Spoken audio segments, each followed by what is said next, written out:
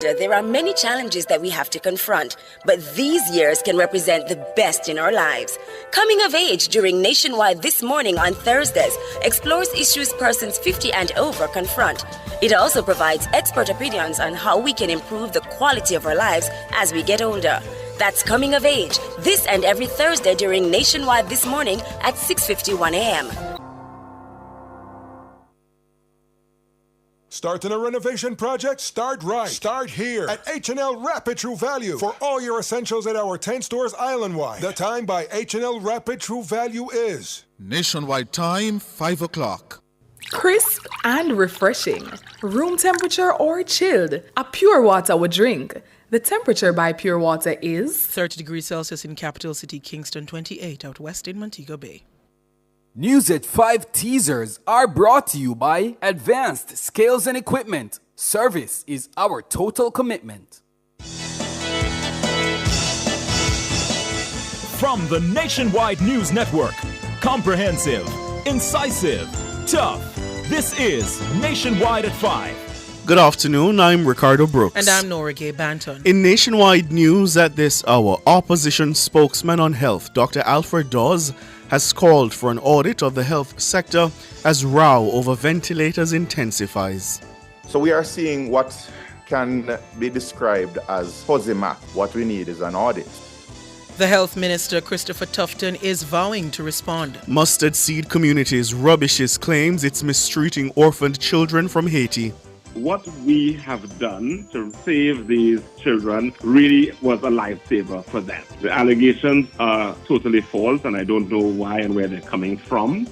Foreign Minister says there's no united view from the Diaspora as to whether they should be allowed to serve in the government. Skeletal remains found in a cane field in St. Catherine confirmed to be dancehall artist medic. In news from the rest of the world, leader of Ghana's PNCR party denies sexually harassing female member of party. UK High Court rules that the Home Office unlawfully axed Windrush measures. In headline sports, West Indies and England clash in Titanic Super 8 showdown in ICC T20 World Cup in just over 2 hours' time. And later in our broadcast, in the cover story at 5:35, Administrative Director of the non-profit organization Haiti Children, Cheryl Ritchie, has accused a mustard seed facility in St. Anne of mistreating Haitian orphans.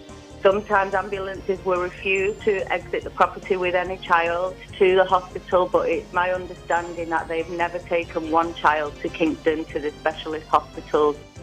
Executive Director of Mustard Seed Communities Jamaica, Darcy Tuller Williams, and their development consultant, David Silvera, will respond. In public opinion at 6:26, we ask what's your reaction to the video of a woman tussling with a policewoman at a school in St. Catherine. Give us your comments by logging on to our Facebook page, Nationwide News Network, and by tweeting us at Nationwide Radio. Message us on WhatsApp at 876-285-5693. You can also leave your comments on Instagram at Nationwide 90 FM. In the nation's business at 6:40, the Jamaica Diaspora Conference that was being held in Montego Bay, St. James, closed on Wednesday. Minister of Foreign Affairs and Foreign Trade, Senator Kamina Johnson-Smith, will join us. At 7, it's Think Like a Stockbroker with Siobhan Campbell. And at 8, it's Boyetings After Dark with Kareem Boyetings Weathers. All these and more as we take you home on air, on your mobile, Nationwide 90 FM, Nationwide Radio, JM.com, and on the Nationwide app, available on the Google Play and the App Store. This Wednesday afternoon, it's Wednesday, June 19, 2024.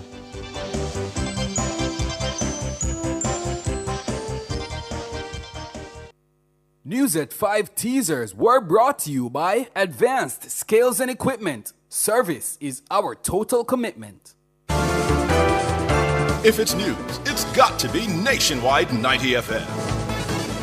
And now to the details. Opposition spokesman on health, Dr. Alfred Dawes, is calling for an audit to establish the extent of working ventilators in the country.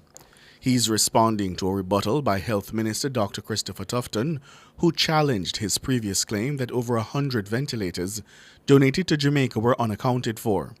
Speaking at a press conference on Wednesday, Dr. Dawes questioned what he described as the fuzzy math of the Ministry of Health.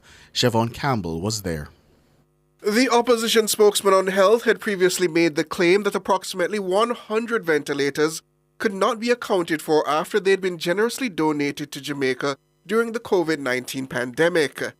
It's a claim that the health minister refuted the next day. Dr. Christopher Tufton says all ventilators donated to the government of Jamaica as part of the country's COVID-19 response are accounted for and deployed across its facilities island-wide. He promised to provide an inventory of the machines. But Dr. Alfred Dawes believes that response ignores the functional state of the instruments. We know for a fact that many of these ventilators that were donated during COVID as a result of the efforts of the European Union and several private sector organization entities, as well as well-thinking Jamaicans, these ventilators are not in working order, or they have been cannibalized, where one part has been taken from a ventilator to fix another. So we know this for a fact, that the donated ventilators are not operational. A ventilator is a type of breathing apparatus, a class of medical technology that provides mechanical ventilation by moving breathable air into and out of the lungs. They're used in circumstances where an individual is unable to breathe unassisted. The promised inventory came just days later via a statement from the Health Ministry. It said 6 of the machines were distributed to the Southern Regional Health Authority, while 8 went to the Western Regional Authority and 23 to the Southeast Regional Health Authority. According to the ministry, the donations added to the number of existing ventilators in the public health system, bringing the total in use to more than 100.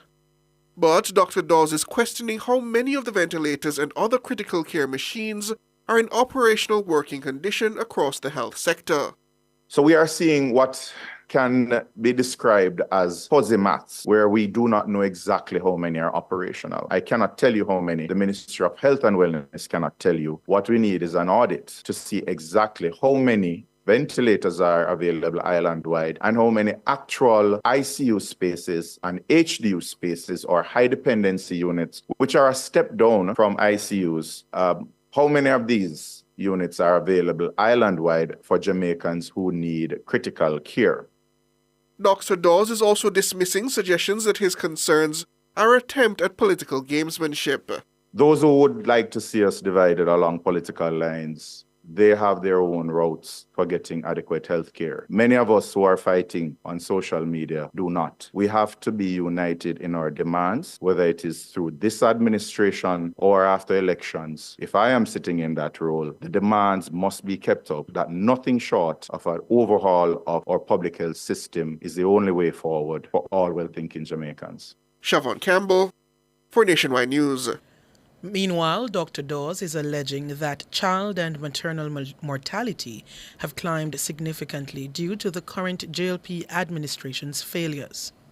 So the stories that we are seeing are not unexpected because they reflect a systematic issue. And a big part of that systematic problem is that we have a maintenance issue and we have accountability issues. Over the last 8 years, we have seen a steady climb in the number of mothers dying during pregnancy and delivery. The maternal mortality rate is the highest it has been in over 30 years. The neonatal mortality rate is higher today than it was 20 years ago. The number of children under age 5 who are dying is higher than it was 20 years ago. So there are measurable consequences for the failure to implement and maintain an adequate healthcare system. Dr. Dawes provided no evidence to support the claim, but he points to the PNP-era program for the reduction of maternal and child mortality PROMAC. This sought to assist Jamaica in attaining the Millennium Development Goal of reducing child and maternal mortality ratios.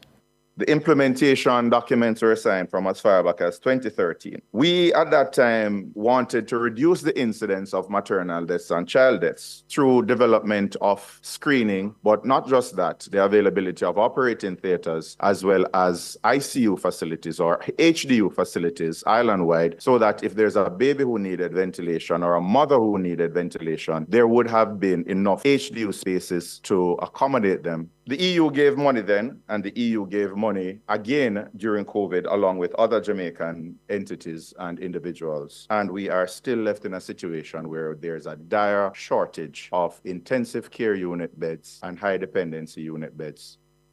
Dr. Alfred Dawes, opposition spokesman on health. And the Health Minister, Dr. Christopher Tufton, says he'll soon respond to the claims made by Dr. Dawes regarding the state of the sector. He says an audit of ventilators has already been conducted, with the details to be shared with the public. There is a report that can be had to clarify any misunderstanding or address any mischief as it relates to the PROMAC program. The fact is that many hundreds of Jamaican mothers and their neonates who are involved in complicated pregnancies and delivery have been supported by the PROMAC equipment and where the buildings exist through the PROMAC facilities. And we can provide better particulars on that. And so the program has been quite useful to the Jamaican people. The issues around ventilators, given the public interest, we have done the audit and can provide better particulars on that and will provide better particulars. The Health Minister says Dr. Dawes cannot be blind to the comprehensive reform of the health sector undertaken by the current JLP administration. The claim around health needing reform, I cannot imagine that any informed Jamaican, and particularly the opposition, where it should be their duty to see what is happening and understand what is happening, could be claiming that somehow the public health system has not and is not seeing the greatest level of reform. And to hear the opposition make the claim that somehow the system needs reform without a recognition that the reform is in fact taking place, and tangibly so, where Jamaicans are benefiting, it tells me that they are either refusing to see or there's an attempt at mischief. And we will clarify that, because I believe the Jamaican people deserve the truth and transparency around what is happening. So if we have to repeat it, we will. Dr. Christopher Tufton, the Minister of Health and Wellness. Renowned non-profit organization Mustard Seed Communities has categorically denied allegations that it's mistreating the orphaned children from Haiti who arrived at its Jacob's Ladder home in St. Anne in March. In an explosive interview with Nationwide this morning on Wednesday, Administrative Director of Haiti Children, Cheryl Ritchie, says the orphans are neglected, malnourished, and have been denied medical access.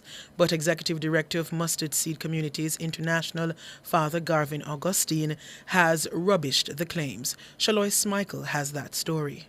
The 59 Haitian children were placed in the care of Mustard Seed following an arrangement with the Jamaican government. The arrangement was made given the political and social turmoil in their home country. But 3 months into their stay, Ms. Ritchie says the children have not found refuge. They're not getting access to medical care, and without that access to medical care, some of them could die. They need constant supervision. Just the last week, one of our residents drank bleach unsupervised. She was hospitalised for it. There was no staff around to supervise her doing that.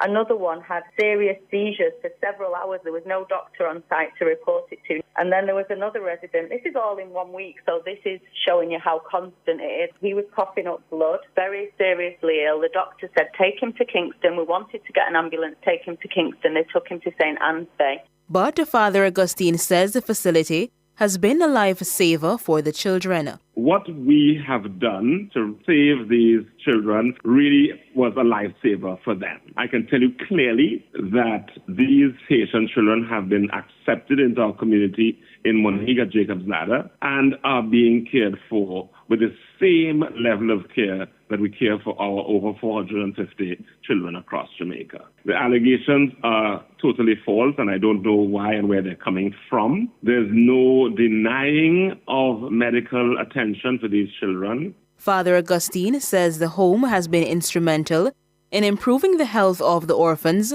several of whom he says had severe medical complications. When they arrived, several of them were severely malnourished and others have several medical complications. And we have been dealing with this issue. We have had doctors and medical personnel come in and look after these children and assess these children. In the first 2 weeks of their stay in Jamaica, the Ministry of Health authorities from St. Anne's Bay came every single day for 2 weeks to attend to these children. I will also add again that all of these children came here with no medical records. We have open medical files for each of the children. And also, I will add again that we are governed by the CPFSA, and we abide by that. Shalois Michael for Nationwide News. Meanwhile, Executive Director of Mustard Seed Communities Jamaica, Darcy Tuller-Williams, is also dismissing claims that the facility refused ambulances that were sent to transport the children from for specific medical services in Kingston. We found that the medical care of the children was being micromanaged outside of discussion with Mustard Seed. And we had at one stage an ambulance turning up, we don't know from where, to indicate that they had come to take children to the hospital, and we said by whose authority and for what, and they were not able to provide us with any documentation. And as an organization that has the responsibility for taking care of so many orphan children, we could not send children out in an ambulance with strangers without proper documentation. Mrs. Tuller-Williams says the home has engaged enough staff to properly monitor and care for the children. To date, we have enough staff to take care of them. We had employed close to 22 staff members to take care of the residents. And we had to do that because the individuals who came were not caregivers to take care of the kids. So we had to rally on the ground to find staff to take care of the residents. I want to reiterate that we have hired 22 staff members to provide 24-hour care. All right, in keeping with, again, the ratio that we are meant to provide guided by CPFSA. So, again, that does not make sense to me that somebody would say we do not have sufficient staff. Father Garvin Augustine, the Executive Director of Mustard Seed Communities International, and before him, Darcy Tuller-Williams, Executive Director of Mustard Seed Communities Jamaica. Nationwide News contacted the head of the Child Protection and Family Services Agency, Laurette Adams-Thomas, for a comment. She told our news center she was not privy to the comments made by Haiti Children's Administrative Director Cheryl Ritchie. She, however, noted that she would listen to the conversations in order to comment on the matter. You're listening to the news on Nationwide at 5. More after these.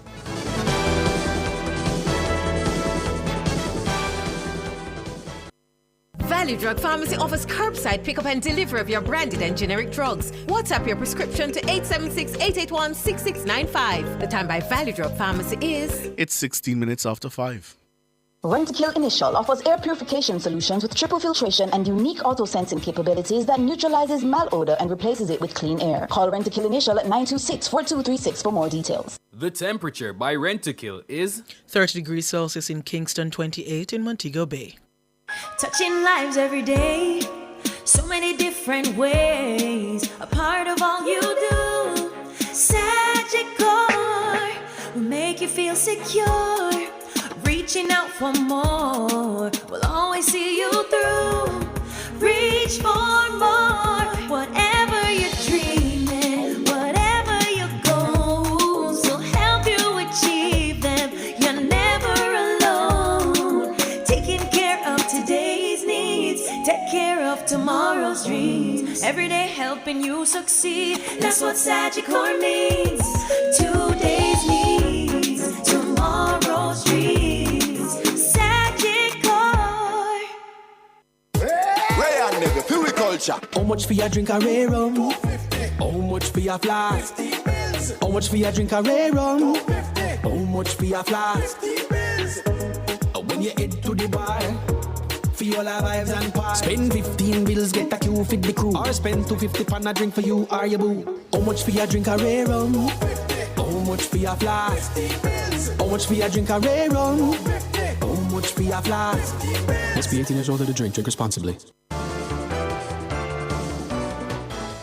Continuing the news, Minister of Foreign Affairs and Foreign Trade, Senator Kamina Johnson-Smith, says there are mixed views among members of the Diaspora as to whether they should be allowed to serve in the Jamaican government. The minister was responding to questions during Wednesday's post-cabinet media briefing in Montego Bay, St. James. Mahiri Stewart tells us more. Minister Johnson-Smith says the question of whether or not members of the Jamaican diaspora should be able to serve in government has been one that has been long debated. It's an issue that has been highlighted at the 10th Biennial Jamaica Diaspora Conference, which closes at the Montego Bay Convention Center on Wednesday. Minister Johnson-Smith says there are differing opinions on the issue. It has been a matter for discussion for years within the diaspora, and there is still no no single view, whether among the diaspora or in Jamaica, about this issue. Meaning there are diasporans who believe that they should be a part of government, meaning that they're able to serve at every level and in every way that they wish to serve in their country of birth. And then there are diasporans who believe that if they have moved away, if they do not have to bear the consequences of their decisions because they have chosen to live elsewhere, that they should not, that they serve in different ways. Minister Johnson Smith says the topic is also one the Constitutional Reform Committee has discussed during its deliberations.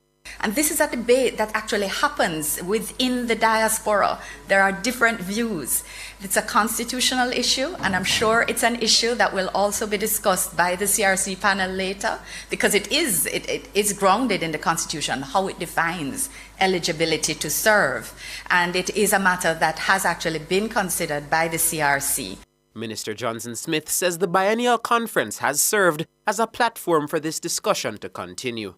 So I think that if you consider the constitutional perspective, that is a discussion which continues locally and in the diaspora. And then if you consider that there is no single view, and therefore there is the conversation actually continues to happen even among those persons who live overseas, you recognize that it is a matter which continues to have differing perspectives, differing views, and it is just ripe for continued discussion, which is taking place here at the conference, we're happy to say. Mahiri Stewart for Nationwide News. World in a Minute is brought to you by ABC Electrical Sales. We make things as easy as ABC. Hose assembly and supply, equipping Jamaica for success. And Charles O'Connor Consulting Network, COCN, driven by international accounting standards, modern technology, and integrity. The World in a Minute. In Guyana, leader of the People's National Congress Reform, PNCR, Orphan Norton, has denied allegations that he sexually harassed a female member of his party. The claims are that Norton asked the female party member for a sexual favor while he was taking her to Linden. The allegations were made in a post on Facebook by another individual. Norton denied the allegation, describing the post as malicious and false. In a short video posted on Facebook, the PNCR leader says he's never sexually harassed anyone in Guyana or overseas and has never been alone in a vehicle with the alleged victim. Norton says he has already spoken to his lawyers about taking legal action. The PNCR is a social democratic and democratic socialist political party. It currently holds 31 of the 65 seats in Guyana's National Assembly. The UK High Court has ruled that the Home Office unlawfully dropped recommendations made by an independent review of the Windrush scandal. The Windrush scandal emerged in 2018 when the Commonwealth citizens, mostly from the Caribbean, were wrongly detained, deported or threatened with deportation despite having the right to live and work in the UK. It was discovered that the Home Office had kept no records of those granted permission to stay and had not issued the paperwork they needed to confirm their status. Many lost homes and jobs and were denied access to health care and benefits. The Williams Review report, published in 2020, made 30 recommendations which were all adopted by the Home Secretary at the time, Priti Patel. But in January 2023, the Home Office, then led by Suella Braverman, said it was dropping 3 of them. On Wednesday, the High Court ruled the government acted unlawfully in dropping the recommendations to establish a Migrants Commissioner role and to increase the powers of the Independent Chief Inspector of Borders and Immigration. The court also ruled that the scrapping of a third recommendation to hold reconciliation events with those affected by the scandal was not unlawful. A legal challenge brought by Trevor Donald, a victim of the Windrush scandal, argued this was discriminatory and went against the public interest. The Home Office said it was carefully considering the judgment and will respond in due course. World in a Minute was brought to you by ABC Electrical Sales. We make things as easy as ABC. Hose assembly and supply, equipping Jamaica for success. And Charles O'Connor Consulting Network, COCN, driven by international accounting standards, modern technology and integrity. Recapping the top stories making nationwide news at this hour, the opposition spokesman on health, Dr. Alfred Dawes, has called for an audit as row over ventilators intensifies. So we are seeing what can be described as fuzzy map. What we need is an audit. The Health Minister, Dr. Christopher Tufton, is vowing to respond. Mustard Seed Communities rubbishes claims it's mistreating orphaned children from Haiti. Foreign Minister says there's no united view from the diaspora as to whether they should be allowed to serve in government. I'm Ricardo Brooks. And I'm Norige Banton. And listeners, you can find the news on our website at nationwideradiojm.com and on the Nationwide app available on the Google Play and the App Store. News next, the headlines at 6.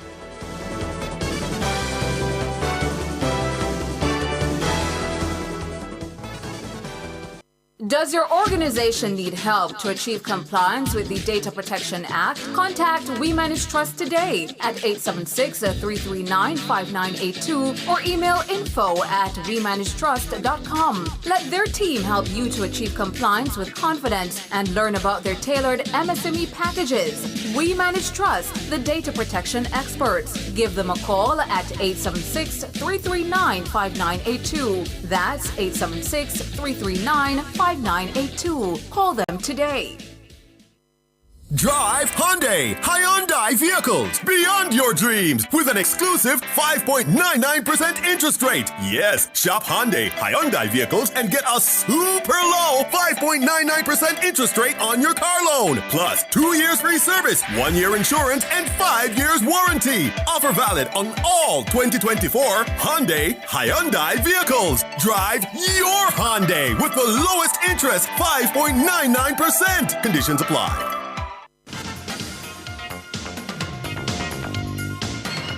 Hello, good afternoon, and welcome to Sports here on Nationwide 90 FM. I'm Wayne Walker. In just about 2 hours from now, the West Indies will come face-to-face with defending champions England in a titanic Super 8 showdown in the ICC T20 World Cup at the Darren Sammy Stadium in St. Lucia. The Windies have played unbeaten so far this tournament, while England won 2 of their games and they barely made it out of the group stage. However, this represents the most high-profile game the West Indies will be involved with so far in this tournament. For England, not so much, because they've already faced the Australian team. 2 of the region's prime ministers are urging the Caribbean to get behind the team. Mia Motley of Barbados, speaking on the Mason and Guest show in Bridgetown last night, says she's confident the West Indies will carry their good form all the way to the final. We carry, as the people watching, support and love. We are going to rally around the West Indies because, simply put, nothing's being number one. And it is time for the West Indies to be number one in the Caribbean, for Caribbean people, by Caribbean people. This is our moment, and I hope that with the improvement that we've seen in each game, we'll continue to see up until the 29th of June. That's Prime Minister of Barbados, Mia Motley. Gonzalez of St. Vincent and the Grenadines is backing the Windies to win the whole thing. We do not like to lose to the English. There's something in our bones. And I can't see these young men on the West Indies team are going to allow themselves before a West Indian crowd to lose to England. Nah, I can't contemplate. That's Prime Minister of St. Vincent and the Grenadines, Dr. Ralph Gonzalez. The game is set to bowl off at 7:30 this evening. South Africa recorded the first win of the Super 8 rounds of the tournament, though. They beat the USA by 18 runs at the Sir Vivian Richards Stadium in Antigua today. Batting first, South Africa posted 194 for 4.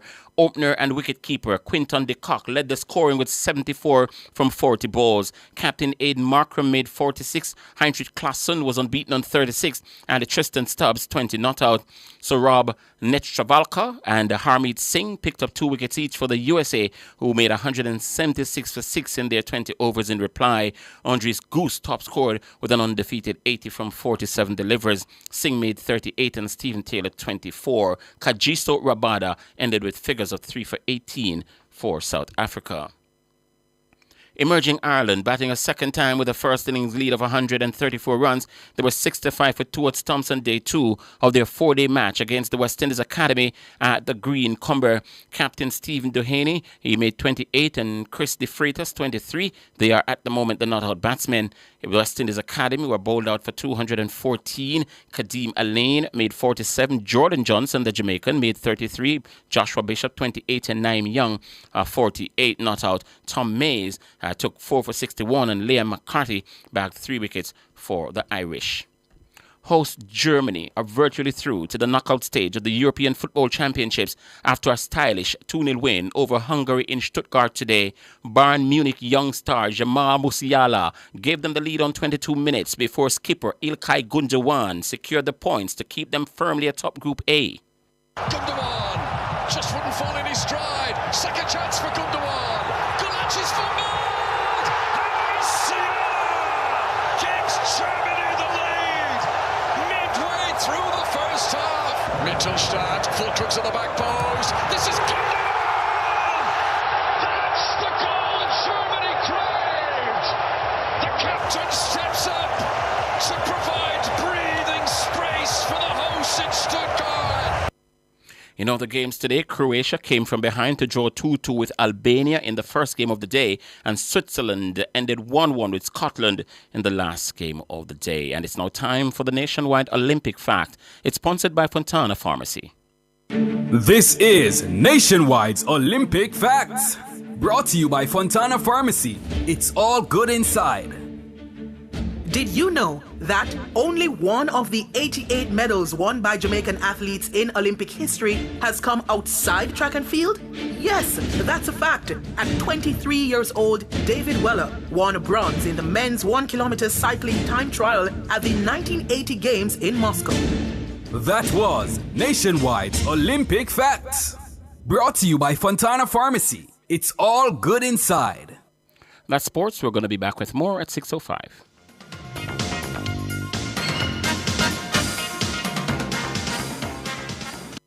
Hyundai, the home of modern premium affordable vehicles. Call us at 876-630-1511. The time by Hyundai is 5:30. You didn't know that the government decreased JUTC bus fares? Yes, it's now 70 for adults, 25 for children, and 30 for pensioners. And in April, fares will go down even further to 50 for adults, 20 for children, and 25 for pensioners. The temperature by the office of the Prime Minister is 30 degrees Celsius here in the nation's capital, Kingston. It's 28 in the western city, Montego Bay. Did you know that many of my schoolmates have an unhealthy diet, especially at school? And now 23% of them are overweight and or obese? And so one less sugary drink at my school may mean one friend less, or 2 or 3, at risk of cavities or diabetes. And if we're served less foods high in saturated fats, sugar, and sodium, it may reduce our risk from obesity, heart disease, and high blood pressure. The solution is simple, right? Act now. Let's get unhealthy foods and beverages out of our schools. A message from the Heart Foundation of Jamaica and partners. Variety is the spice of life. That's not just true for entertainment, it's true for investing too. While stocks, bonds, and cash are effective, there are other credible investment options out there. These are alternative investments, ranging from digital options like cryptocurrencies to old school investments like gold, real estate, and private equity. You can invest on your own or via a fund with a curated portfolio of investment options. Visit barita.com/opportunities for more growth coach insights. Accelerate your career with the right ally. Mona School of Business and Management. Explore our suite of highly ranked, specialized, globally competitive graduate degrees, including our internationally accredited MBA program. At MSBM, we nurture critical thinkers and innovative leaders, placing our graduates in a league of their own. Join the community of trailblazers making an impact at home and abroad. Apply online today. Global knowledge, regional solutions. The Office of the Information Commissioner, OIC, is Jamaica's data protection regulator. We're here to ensure large and small, public and private data controllers comply with the Data Protection Act. All data controllers must register with the OIC and process personal data in accordance with the law. Help us create a data-safe society for all. For more information, call us at 876-929-6952. Visit our website at oic.gov.jm. The OIC, your data, your rights protected. Some dreamers picture a place they call home, a house with no mortgage, a home that they own. Some dream of owning their very own store, meet a cafe or florist, or growing one into more. Where one dreams of making luxury shopping the norm, others dream of sports cars, the kind that perform. But one thing in common these dreamers all need is to build their wealth so they can achieve. Never settle for less than your dreams with Sagicor Investments. Call 888-SAGICOR to speak with a wealth advisor. Are you a person with a disability? Do you need justice? Well, the ministry is coming to you. The Ministry of Justice's Legal Aid Council invites you to the Kingston leg of the Legal Aid Fair for Persons with Disabilities, Friday, June 21 at 10 a.m. at the Emancipation Park. Cliffviews Online will be at the fair from 10 a.m. to 1 p.m., interacting and describing the environment to our listeners. Persons living with disabilities will have an opportunity to access justice services, such as legal advice, victim support, child diversion, and restorative justice. Many other government services will also be available. That's a live broadcast of the Legal Aid Fair for Persons with Disabilities, June 21 during Cliffviews Online, 10 a.m. to 1 p.m. Only on Nationwide 90 FM, the new revolution in media. This broadcast is brought to you by the Ministry of Justice, taking justice to the people of Jamaica.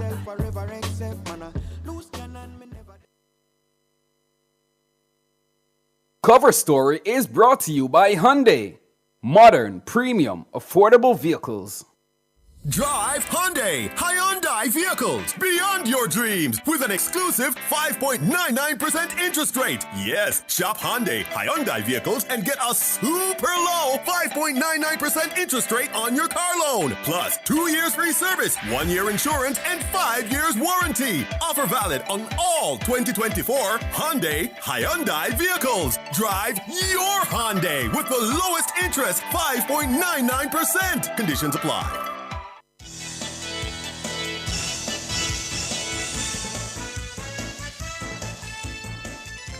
Good afternoon. It's 5:35 Wednesday, the 19th of June 2024. Time for the cover story. I'm Siobhan Campbell. Good afternoon to you, Sir Siobhan. Good afternoon to our listeners and our viewers as well. I'm Tyrone Reed. How are you doing, Tyrone? Not too shabby for an old guy, you know. How are things with you? I'm doing quite well. So we're going to be handling our bangle today, I assume. We must. Well, as I understand it, the administrative director of the non-profit organization Haiti Children, Cheryl Ritchie, has leveled a raft of allegations of ill treatment of 59 Haitian orphans at the Mustard Seed facility in St. Anne. The orphans arrived in March from violence-torn Haiti following an agreement with the Jamaican government. The children, who were severely disabled, were taken in after accommodation was organized at the newly built Mustard Seed facility at Ephesus Village, Jacob's Ladder in Monique, St. Anne. Speaking on Nationwide this morning, Miss Ritchie said Mustard Seed was slow to allow some of the children to access critical medical care. Among the cases was a child, she says, in need of urgent brain surgery. The mission director, Christo Romain, which is also the next of kin of the child, he noticed that the child's head was becoming more enlarged. He has a disability, his head's enlarged, and it was growing bigger. The fluid was coming out of it was leaking out of his brain, the doctors tell me. It was making him go cross-eyed, he was acting very lethargic, he was acting out of character. It was brought to the attention of Mustard Seed. They say they had an appointment for him, but I called the hospital and they said, no, somebody has mentioned it to the hospital, but he's gone on a waiting list. There was no appointment, and he was in a very bad way, so he got raced to the hospital, and then they prioritised the brain surgery for him within days. They put him right to the top of the list. They said he needs urgent brain surgery. Ms. Ritchie says other gravely ill children have been taken to a hospital in St. Anne's Bay, although the specialist care that they needed was in Kingston. She claims that in some instances, when the organization sent ambulances to take the children to Kingston, the units were prevented from leaving the property by Mustard Seed. Ms. Ritchie is also claiming that several cases of malnutrition were identified among the group of Haitian children. However, she says they were barred for more than 2 weeks from seeing the affected children and had to seek government intervention. There was 4 malnourished children, one in particular, Guy Marcelin, and me and Susie, the mother. An international human rights lawyer got involved, Malene Aline, and Ministry of Health eventually ordered Mustard Seed to open the gate because for 19 days we asked every day, please let us take him to the hospital. He's very thin, he's malnourished, he's dehydrated. The voice there of Cheryl Ritchie, Administrative Director for Haiti Children. Ms. Ritchie is contending that Mustard Seed is overwhelmed and may not have anticipated that the care required would have been so demanding. To respond to the allegations, we are being joined by the Executive Director of Mustard Seed Communities Jamaica, Darcy Tolo Williams, and Consultant for Development at the Mustard Seed Communities, David Silvera. Good afternoon to both of you. Welcome to Nationwide at 5. Thank you so much for having us. Thank you, Tyrone. Thank you, Siobhan. Good evening. Let me start with you, Lady Tolo. What is your reaction to these allegations that have been leveled against the Mustard Seed community? I am totally befuddled. I don't know from whence these allegations come. I know that the organization I represent is one that is committed to providing the best care as is possible for the most vulnerable. And these are the individuals we have at Jacob's Ladder, and Jacob's Ladder represents one of the many apostolates we have across Jamaica. We have close to 500 children in our care. We've had a history of taking care of children who are mentally and physically challenged. The disabilities that we have encountered in the Haitian population is very similar to the disabilities that we have in many of our homes across Jamaica. So it's not new to us. And we have many protocols in place as it relates to the management of the health of our residents.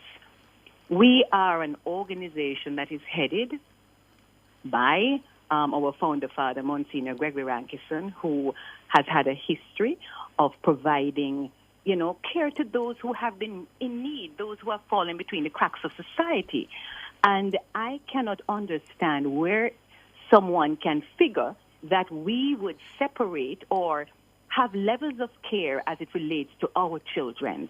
The Haitian children were taken in as our children, and they are part of the population at Jacob's Ladder.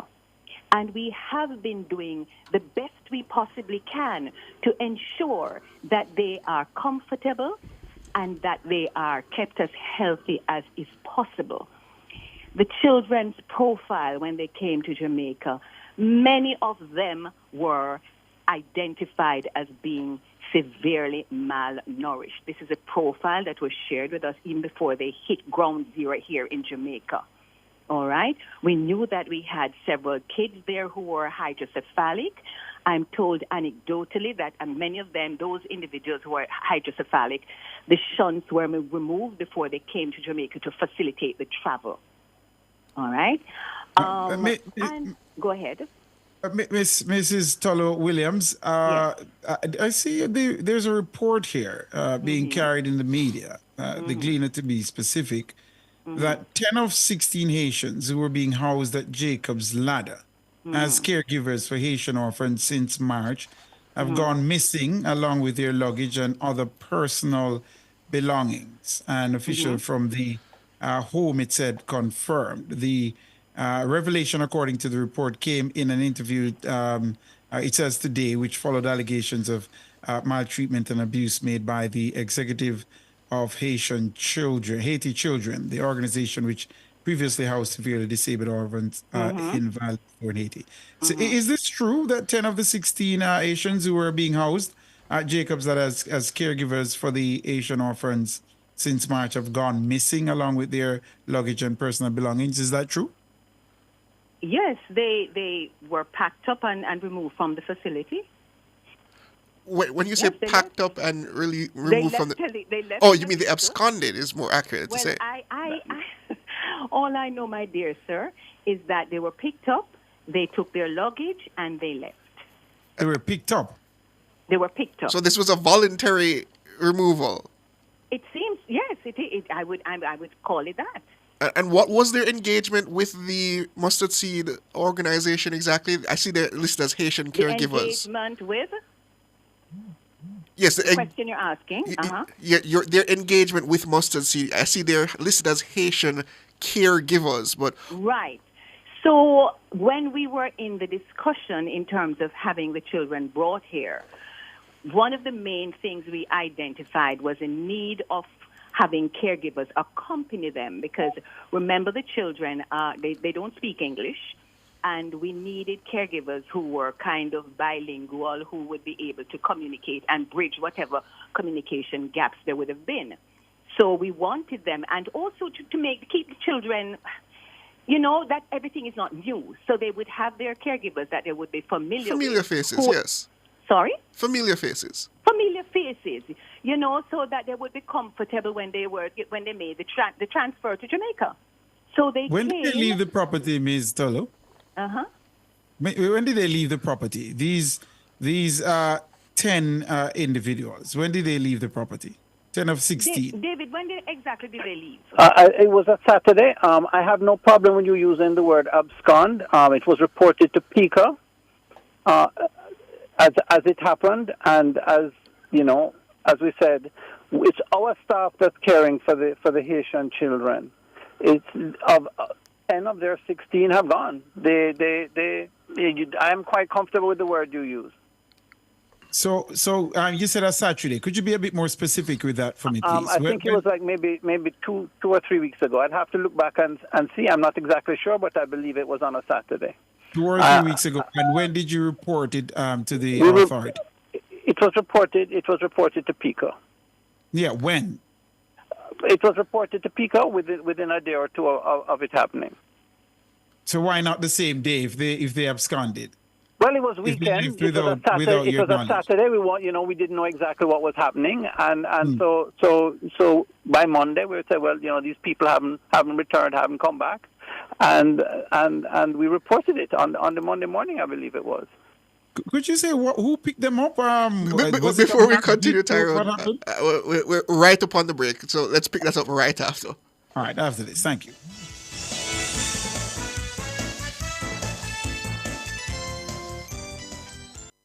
Clearing personal, non-commercial shipments at the port? Avoid the wait. Request a contactless clearance through your agent today. It's more efficient. It's secure. The time by the Jamaica Customs Agency is 5:46.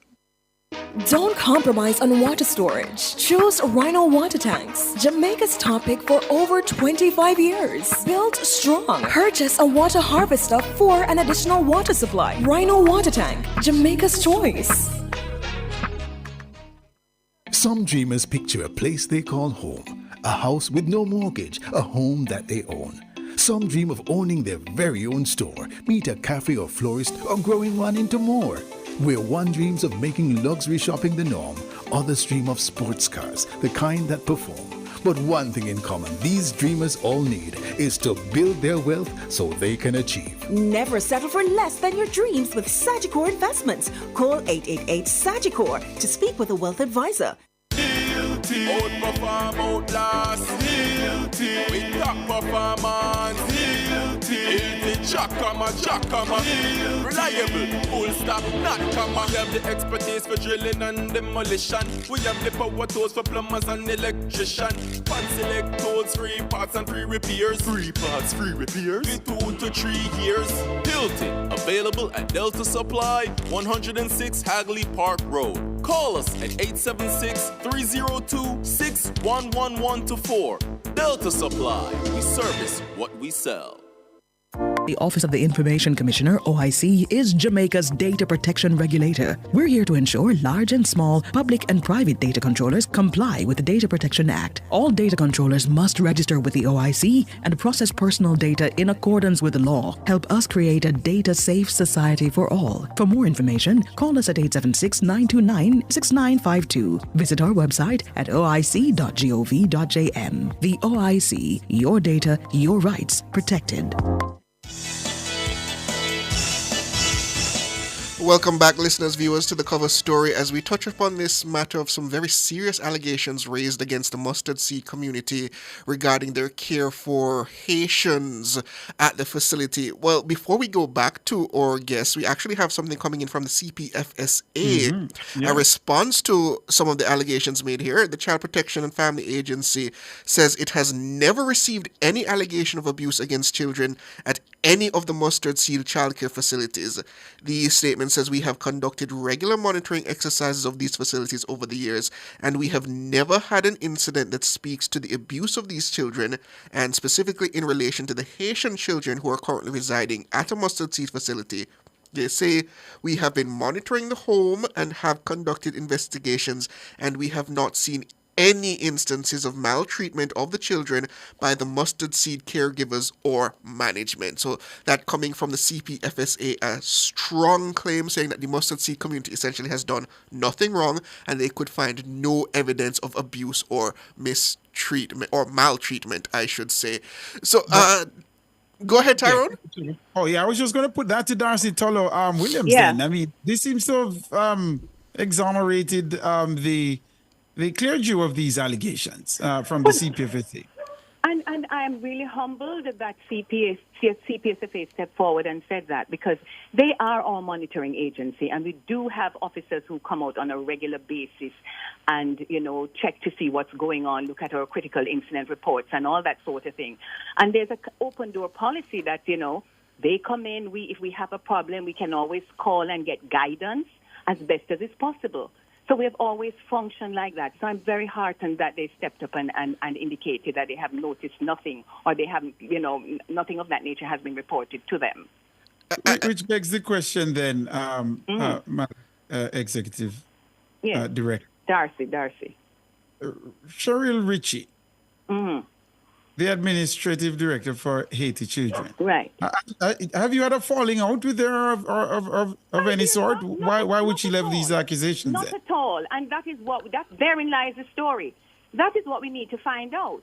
You understand? Because we have a protocol that is involved as it relates to when children, my dogs are making noise, when children are ill, we send them to, particularly the ones who are at Jacob's Ladder. The protocol is to send them immediately to St. Anne's Bay Hospital. All our children who are ill, if it's something critical, that's where they go.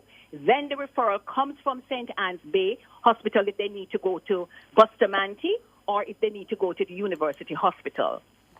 I think wherein lies the problem is that the Haiti Children, the organization has started to kind of micromanage, if this is this is the correct term, micromanage the health care of the residents. And you can't do that, because what will happen is that somebody will say, well, this is what is happening, like one of the staff on the ground, this is what is happening to a child. They send this information to whomsoever in the state who gets a doctor locally to say, go to the facility and take this child immediately, have them send this child immediately to the hospital. That happened on many occasions. We have never stopped them from taking the children. There is one situation where we did that, and it was when an ambulance turned up without proper documentation to say that they have been authorized to take this child off our facility. Now, if we are a responsible organization, we cannot send a 14-year-old challenged boy with 4 men in an ambulance to go to you from Monique to go and see a doctor who authorized that. So we shut it down and said, no. When you come back with the proper documentation, then we will send the child. Because if anything happens to the child on the road, it's our fault. Is we going to be liable? Yes, you'd be responsible. Exactly. So we can't function like that. So what we do, sir, every child who needs attention, they're sent to the health clinic in Monique, or they go to the hospital. The hospital has competent doctors there who can take care of the situation, assess it, and make referrals. That's how we function. You can't just pick up a picnic and send them all the way to UWI because you feel like it should be done. That don't make no sense. And that was being put forward by Haiti Children? Meaning put forward how? Yes. That ambulance that was sent, it was sent by Haiti children? Not well, based on the conversation that you had with Mrs. Ritchie, I think it is, this morning, she was suggesting that we were not accessing the expertise in certain areas, which she says existed at University Hospital. All right? Now, we have a healthcare system here, and we follow the protocol as it is laid out. You understand me? So no, man, I follow you, Mrs. Toller Williams. What I'm trying to get at is who sent the ambulance, is what I'm asking, because the children are in your care. That is the mustard seed communities, yes?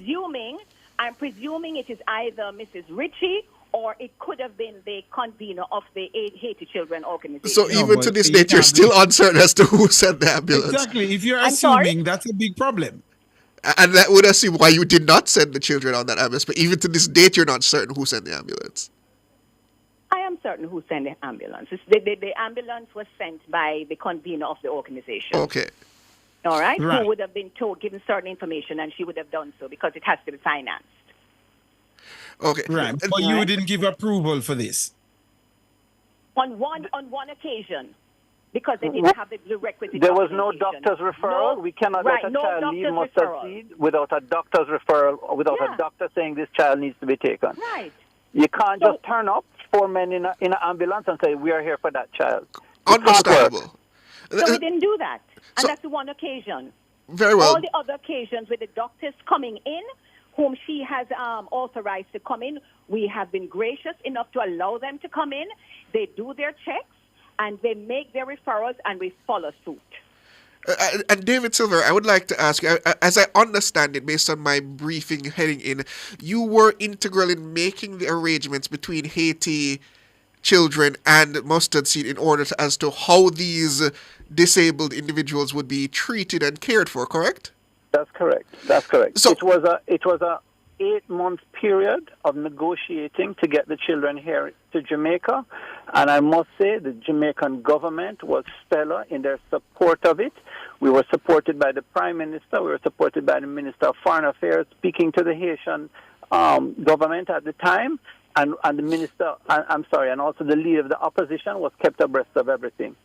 We spent 8 months to get those children here to be in our care. They were released from the equivalent of CPFSA in Haiti into our care.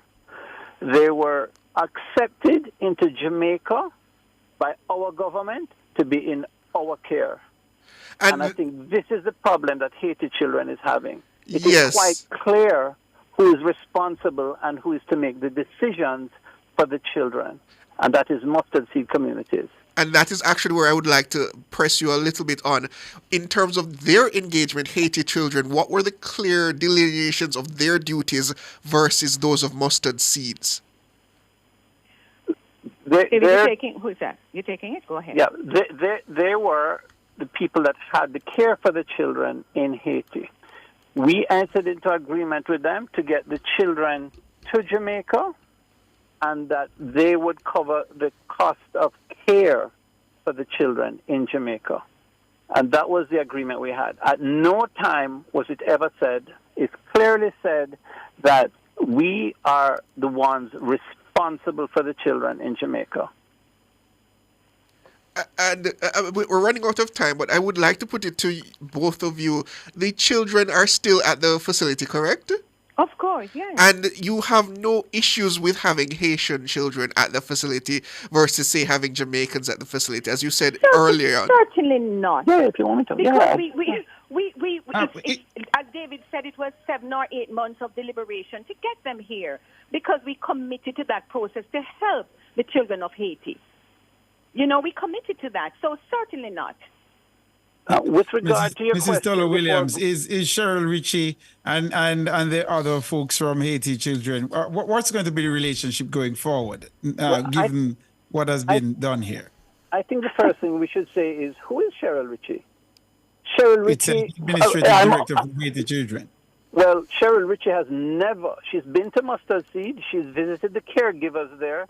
She's never really showed any interest in the children when she's there. She's never introduced herself to the management or the caring side of Mustard Seed.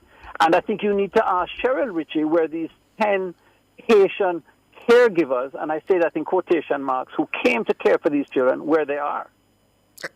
And we can't forget that, though. I want to make this clear. They came over from Haiti with the intention of caring for these children. Yes. They came over to be caregivers for the children. We were told that they were caregivers for the children. Two things that were part of the agreement is that we should get medical records for the children and also the records of the caregivers. We got neither. All the children came without any medical records whatsoever. We've had to create this from scratch. And you didn't have any documentation for the caregivers either? Nothing. That's not so you true. don't know who these people are. They're now in the wind. So we don't know really who these people are. They're now in the wind. Can you tell us the age? Well, you would know the age group and the how many males and females are we talking about in terms of the distribution of the 10? I don't know the exact details. It is a mixed bag, male and female, and I would say, Darcy, they're in the 25 to 30 range. Yeah, 25. mainly. Yes, age range. But the majority, I think, David, are men too. Yes. Yes. Which again, so under what circumstance did we allow them to come without having the proper documentation? Who would have approved that, Mrs. No. When I say documentation, they have documentation regarding passports and so forth. We were asking for educational background. For instance, our caregivers, the courses at UTech, our caregivers do overseas courses from universities in the States. That's what we were requiring. All right, so those passports, also, I'd like to were the passports in your possession, or have you turned over what you have to PICA? No, they were processed. The Jamaican government, Tyrone and Siobhan, were amazing. When the ship landed, the Ministry of Health had 30 people there to take to the blood test and checks for everybody. Mustard Seed had an additional 5 doctors there. The customs were there, the immigration was there, because these kids had been on, who have never left a care facility in their life, had been on a ship for nearly 2 days. The Jamaican government was amazing in helping the process of getting them in. All the issues have happened since. And so we're out of time. We have to leave it there. But you've been able to tell the authorities the names of those who've gone missing. We have given the authorities, they know who is there and who is not there. All right.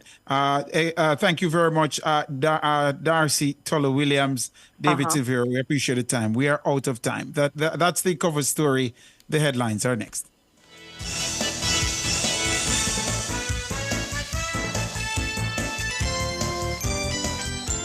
Cover Story was brought to you by Hyundai. Modern, premium, affordable vehicles.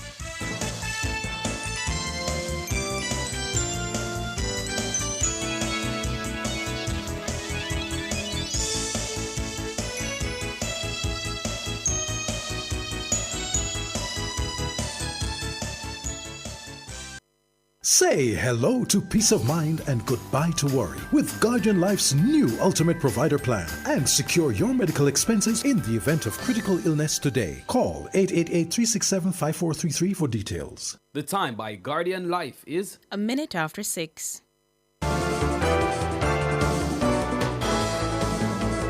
Nationwide headlines at 6.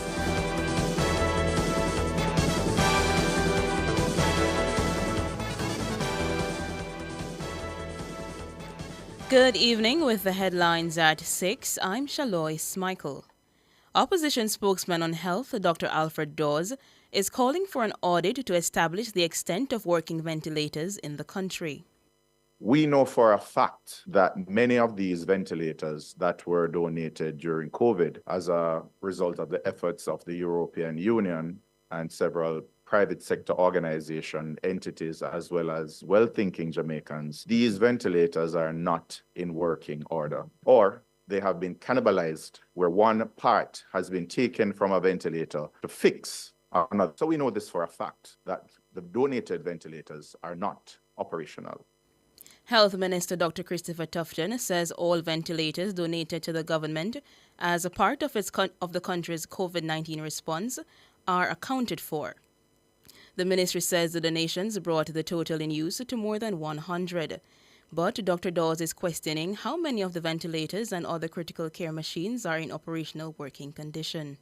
So we are seeing what can be described as fuzzy maths, where we do not know exactly how many are operational. I cannot tell you how many. The Ministry of Health and Wellness cannot tell you. What we need is an audit to see exactly how many ventilators are available island-wide and how many actual ICU spaces and HDU spaces or high dependency units, which are a step down from ICUs. How many of these units are available island-wide for Jamaicans who need critical care? Dr. Alfred Dawes, opposition spokesman on health. Meanwhile, Dr. Tufton says an audit of ventilators has already been conducted, with the details to be shared with the public. There is a report that can be had to clarify any misunderstanding or address any mischief as it relates to the PROMAC program. The fact is that many hundreds of Jamaican mothers and their neonates who are involved in complicated pregnancies and delivery have been supported by the PROMAC equipment and where the buildings exist through the PROMAC facilities. And we can provide better particulars on that. And so the program has been quite useful to the Jamaican people. The issues around ventilators, given the public interest, we have done the audit and can provide better particulars on that and will provide better particulars. The health minister says Dr. Dawes cannot be blind to the comprehensive reform of the health system undertaken by the current administration. The claim around health needing reform, I cannot imagine that any informed Jamaican, and particularly the opposition, where it should be their duty to see what is happening and understand what is happening, could be claiming that somehow the public health system has not and is not seeing the greatest level of reform. And to hear the opposition make the claim that somehow the system needs reform without a recognition that the reform is in fact taking place, and tangibly so, where Jamaicans are benefiting, it tells me that they're either refusing to see or there's an attempt at mischief. And we will clarify that because I believe the Jamaican people deserve the truth and transparency around what is happening. So if we have to repeat it, we will. Dr. Christopher Tufton, Minister of Health and Wellness. Skeletal remains found in a cane field in St. Catherine in February this year have been positively identified as missing dancehall artist Medic. A post-mortem confirmed that the artist, whose given name is Stephanie Williams, died of multiple gunshot wounds. Norgay Banton has more in this report. Police sources have confirmed that DNA analysis has positively identified the remains of the missing artist. The lawmen have now formally upgraded their investigation into a murder probe. Williams was reported missing in August last year. Her mother had issued an impassioned plea for her safe return. A police search team discovered the skeletal remains in a cane field in Wallen District, St. Catherine, in February this year. Those remains have now positively been identified as Medic. It's understood police also retrieved items of clothing and jewelry at the location where her body was found. Police investigators were tight-lipped when our news center made contact this afternoon seeking an update on the investigation. They would only say they were making progress in the probe. One senior lawman indicated he would only be prepared to go on the record once the crime has been solved. Another indicated the police are confident they will soon make a breakthrough in the case. Norgay Banton for Nationwide News. Renowned non-profit organization Mustard Seed Communities has categorically denied allegations that it's mistreating the orphaned children from Haiti who arrived at its Jacob Ladder home in St. Anne in March. Father Garvin Austin is the executive director of Mustard Seed Communities International. What we have done to save these children really was a lifesaver for them. I can tell you clearly that these Haitian children have been accepted into our community in Montego Jacob's Ladder and are being cared for with the same level of care that we care for our over 450 children across Jamaica. The allegations are totally false, and I don't know why and where they're coming from. There's no denying of medical attention for these children. Father Augustine says the home has been instrumental in improving the health of the children. When they arrived, several of them were severely malnourished and others have several medical complications. And we have been dealing with this issue. We have had doctors and medical personnel come in and look after these children and assess these children. In the first 2 weeks of their stay in Jamaica, the Ministry of Health authorities from St. Anne's Bay came every single day for 2 weeks to attend to these children. I will also add again that all of these children came here with no medical records. We have open medical files for each of the children. And also I will add again that we are governed by the CPFSA and we abide by that. Father Garvin Augustine, Executive Director of Mustard Seed Communities International. Those were the headlines at 6. I'm Shalois Michael. Sports is next.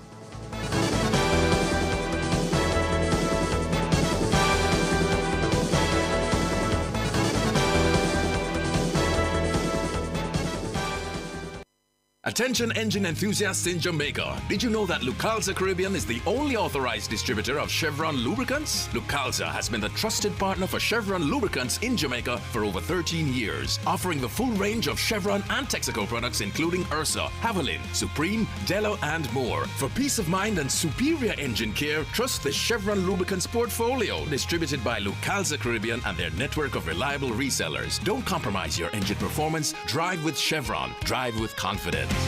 Plan your tomorrow today. Introducing JMMB's Hello Future Retirement Planning website. Figure out how much you'll need to be set for life with our calculated tools and tips at your fingertips. Visit hellofuture.jmmb.com and start your journey to your dream retirement today. Conditions apply.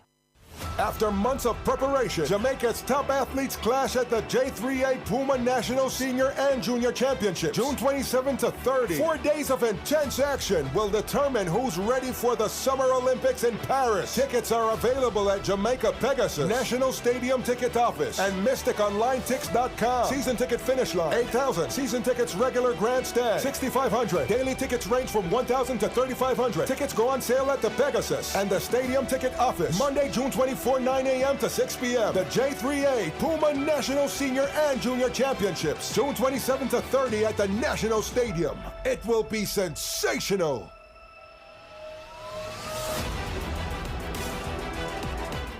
Dive into your summer projects with Milwaukee Tools from SCL Jamaica Limited in their big blowout sale of up to 70% off. From power drills to saws, their top-notch Milwaukee Tools will handle any project with ease. Hurry to SCL Jamaica Limited at Block L, Sagicor Industrial Center, 7 Norman Road, or call 876-938-1397 for more details. Sale runs June 3 to July 31. Terms and conditions apply. Milwaukee, nothing but heavy duty.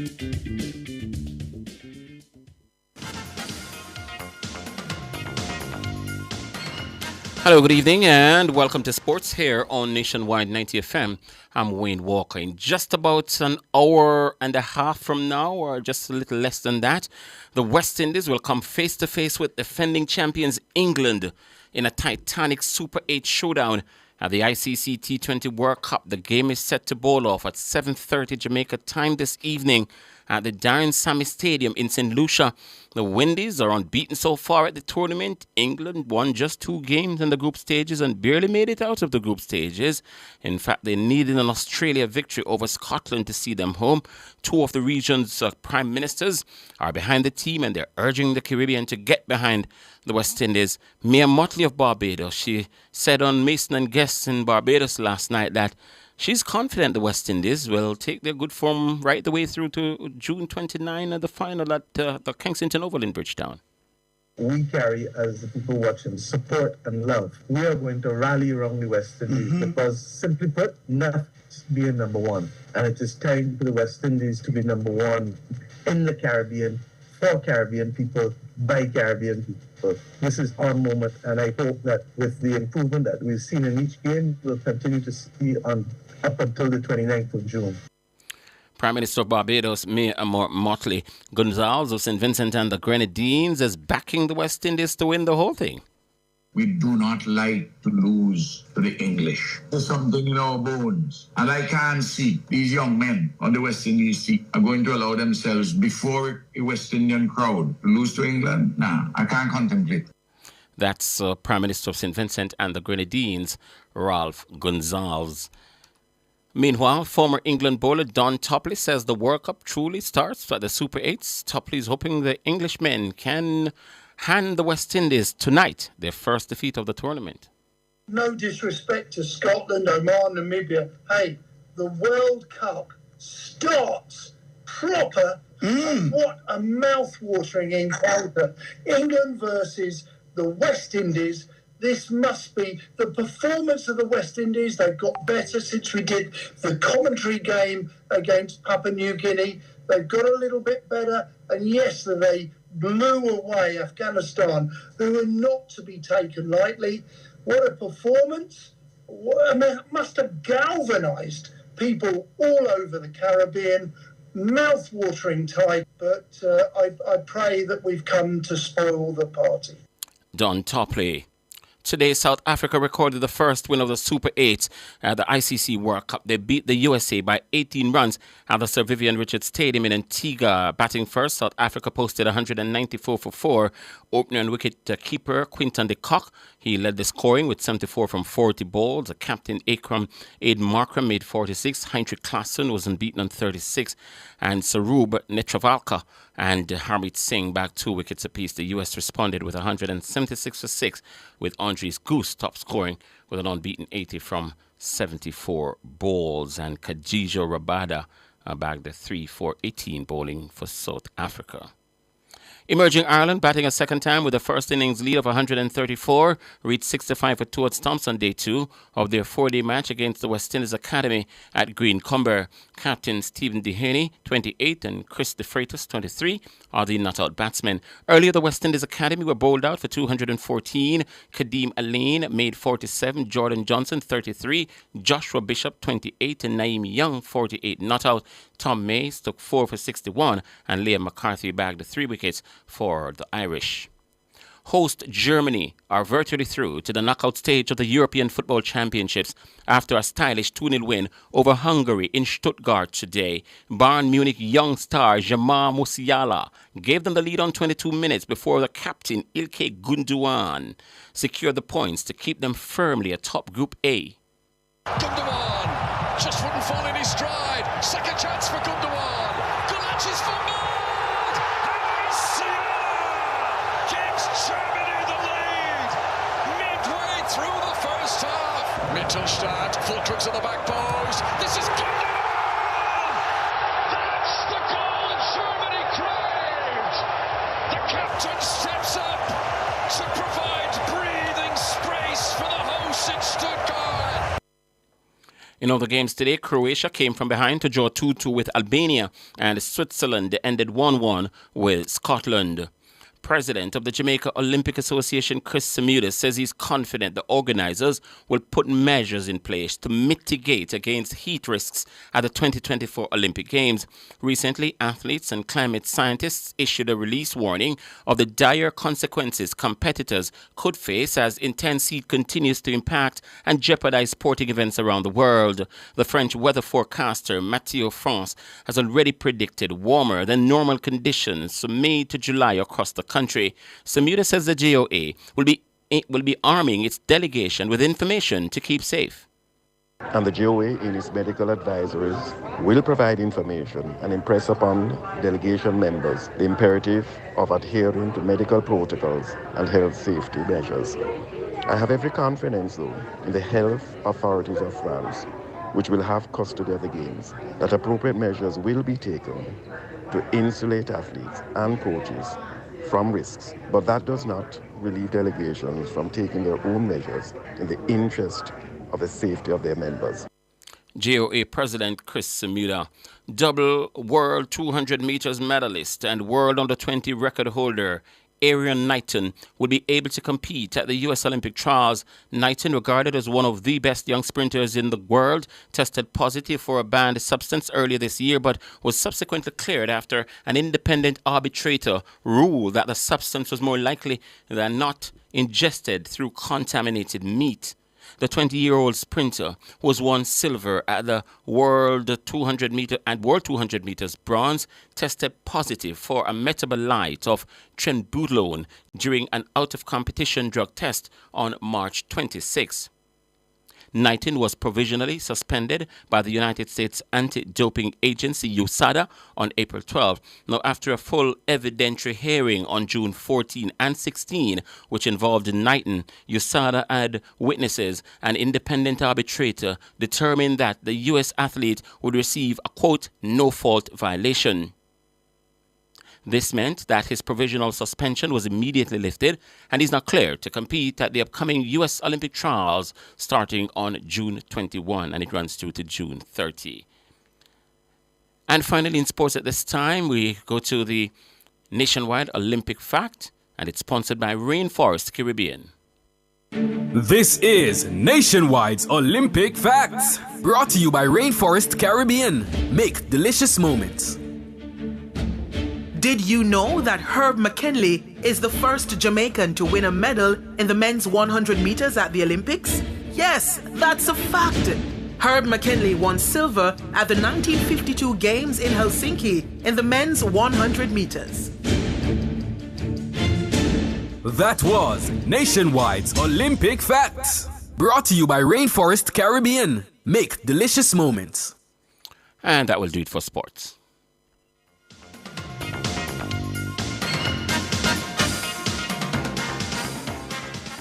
For all your scales and food processing equipment, call Advanced Scales and Equipment Limited at 876-968-9612-5. The time by Advanced Scales and Equipment Limited is 6:20.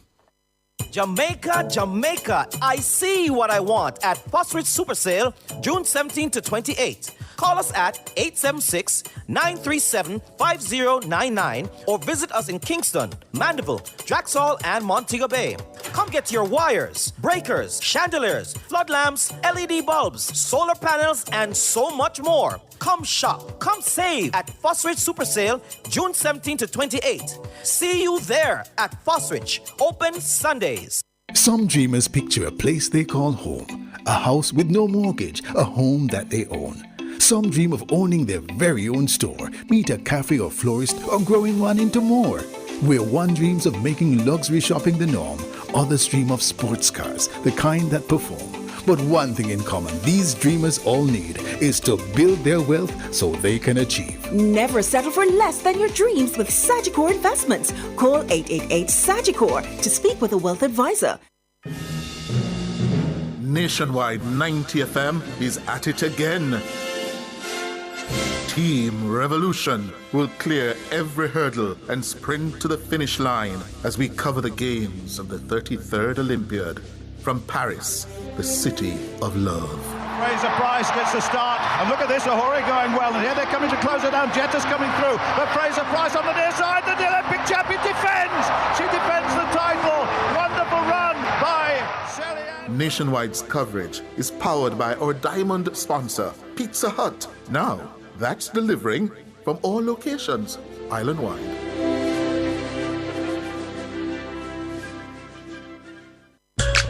It's time for a new look.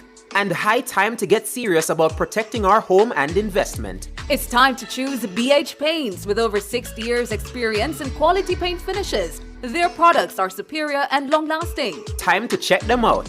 Ask about BH Paint's 100% acrylic Ultima Plus paint and primer in one. Experience rich colors with advanced UV and mildew-resistant technologies, independently tested by experts.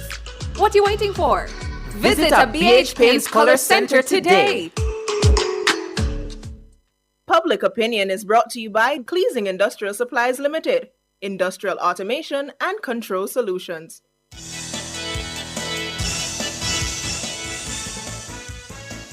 Good evening and welcome to Public Opinion. I'm Mahiri Stewart. Special good evening to our friends over on YouTube. Feel free to weigh in on today's Public Opinion using the live chat. All right, now, The Independent Commission of Investigations, INDICOM, has launched a probe into a physical altercation between a woman and the police in St. Catherine on Monday. The incident is said to have started after a primary school in Spanish Town called the police to remove a disruptive parent from the school compound. According to the JCF, multiple attempts to engage the woman peacefully proved futile. The woman is seen in a video grabbing the uniform of a female officer who, in turn, holds on to the woman's hair. The woman is then seen being pushed into a police vehicle by 2 police personnel. She was subsequently arrested and charged with assaulting the police and resisting arrest. So in public opinion today, we ask you, the public, what's your reaction to the video of a woman tussling with a policewoman at a school in St. Catherine? We're going to go through those answers right now. How many do we have on Instagram? We got 33 comments. Let's see what folks are saying over on Instagram. UNS News Network. Hi, UNS. The JCF needs better training. Dragging someone's hair and biting them. What if the person is autistic or of unsound mind? How will they manage? Let's see. Chrissy Let Go Frozen says both are wrong. The civilian is disrespectful to the police from the beginning, and the police did not use her training well either. Wealthy U 101 says the entire tussle could have been handled better with handcuffs and pepper spray. Okay. Lethal Man. I believe that's what it's... This is what... I assume that's what this is saying. I just want to know what the woman did to make the principal of the school call the police, because it must have been something bad. Anderson Audrey says some pepper spray would have solved the problem. Nashalek says if she destroyed school property as the officer claims, and was told she was under arrest for malicious destruction of property, then she would be resisting arrest. The question is, how do you handle rebellious civilians who refuse to be arrested? How are you trained to handle them? What's the full story? Heather Lewars says she should have just complied with the officer from the start and save her child from the embarrassment, because you can't fight the law. Okay. Junior Nana 8140 says, stop resisting. York Rich says it's not against the law to hold up your middle finger and refuse to give your name to any member of the JCF. An abuse of power was all that was. Congress Beat Killers says police nowadays don't de-escalate arguments or situations without showing abuse of force or ego. It's like part of the JCF requirements is ego, show off, and disrespect. With this kind of behavior, police and citizens will never work together. Anita Beckford says, stop resisting arrest. We all know you wouldn't go to another country and behave like that. We're going to end things on Instagram with Will Ryan Wilson, who says both should be reprimanded. Let's go over to X and see what folks are saying over there. The question is, what's your reaction to the video of a woman tussling with a policewoman at a school in St. Catherine? How many comments do we have here? We got a couple. Let's go through them. Teacher's child says she should be charged for assault on a police officer and resisting arrest. That's exactly what she was charged for, actually. The police was within her right to protect herself by whatever means necessary and with reasonable force. I have no patience for our disrespect towards our law enforcement officers. Philip Williams says police are so unprofessional in the carrying out of their duties. JCF says, I don't know what started it, but because some JCF members are known to be involved in gang activities, it's hard not to sympathize with the woman, not to mention them unprofessional actions. Okay. Tevin Johnson says, it's a disgrace. We have no respect for the police anymore. It cannot continue like this. The bail of $100,000 is too small. The bail should have been at least $500,000 to teach us a lesson. All right, let's go over to Facebook and then let's go over to the YouTubers, see what they're saying. As a matter of fact, let's take a look at what they're saying from now. Can I do that? All right, let me refresh the page. Let's go over to Facebook first and then we go to the YouTubers. All right, 13 comments on Facebook. Marvin Reed says, in Jamaica, many persons are taught from infancy to dislike and hate the police, and perhaps she's one of those persons. I challenge her to have done so to an officer, or a police personnel in this case, in the United States, Canada, or Great Britain. Philip Jackson says, police are human too. We Firstly, we as civilians, when it comes to police seeking to arrest us, we must comply, then complain. Don't have a story and in the end become the story. It's unfortunate. Bad English says citizens must show greater respect and obedience towards law enforcement officials in our country. Her behavior is shameful and offensive. Anthony Sheikh says until we start respecting law and order, then situations like this will be with us for a very long time. Natalie Winter says disgusting and disturbing. Dervon Ennis says citizens must obey the law. We are too stubborn. Our actions are disgusting. Christopher Isaacs says first, that wasn't her hair. We should nip this behavior in the bud. The fines should be more punitive. Let's go over to YouTube. And immediately I see GGD who says, both are wrong. The woman was disrespectful, but the police used excessive force. All right. What else do we have here? Ciablo 14 says, why did the other officers, they're not officers, yeah? Police personnel. Why did the other police personnel take, I believe they meant take so long to help their colleague? I don't know. Everbless Otis says, two wrong can't make one right, but the woman was wrong first. All right. Well, let me scroll up, see what else we have here. Nathan Gale says the police woman should change. Nathan, do you mean charge? The police woman should be charged for biting the lady? Is that what you're saying? All right. Sandra Murray says, heard she was rebellious and disrespectful to the principal prior to the incident between her and the female officer. Not an officer, yeah? We don't know what rank they are, so we go with policewoman, yeah? Donna Thompson says biting is a part of their training. Is it? Is it, Donna? Sandra Murray says the woman has man strength. MS says I'm not fighting any police. Yeah? What else do we have here? I'm not seeing any comments up here about the situation. Let's go back down and see if any. Dory says she's one of the wrong and strong. All right, Seku Fagan says, question, if when the police arrived at the school and say a Chinese woman and she point in the policewoman's face, would the police drag her hair? Okay. Nathan Gale said, did the police tell the lady what she's going to be arrested for? Okay. David Barrett says, no phone, just a chat because they don't like police. Verley Green says, I agree with the police lady. Handcuffs should be used though. All right. Who am I? Says, vampire policewoman. All right, let me scroll up, see if there's any I missed. I'm not seeing any I missed, so I think we can end it here. Let me read a couple more. Mercedes Morgan says, why hold her hair? Mildred Hamilton says her offensive behavior started at a school and continued with the police. And last but not least, Vernon Barrett says the woman is probably not well. That's public opinion, folks. Thanks for tuning in. Thanks for giving your answers as always. Hope to see you again tomorrow. It's time for the business report. Let's do this.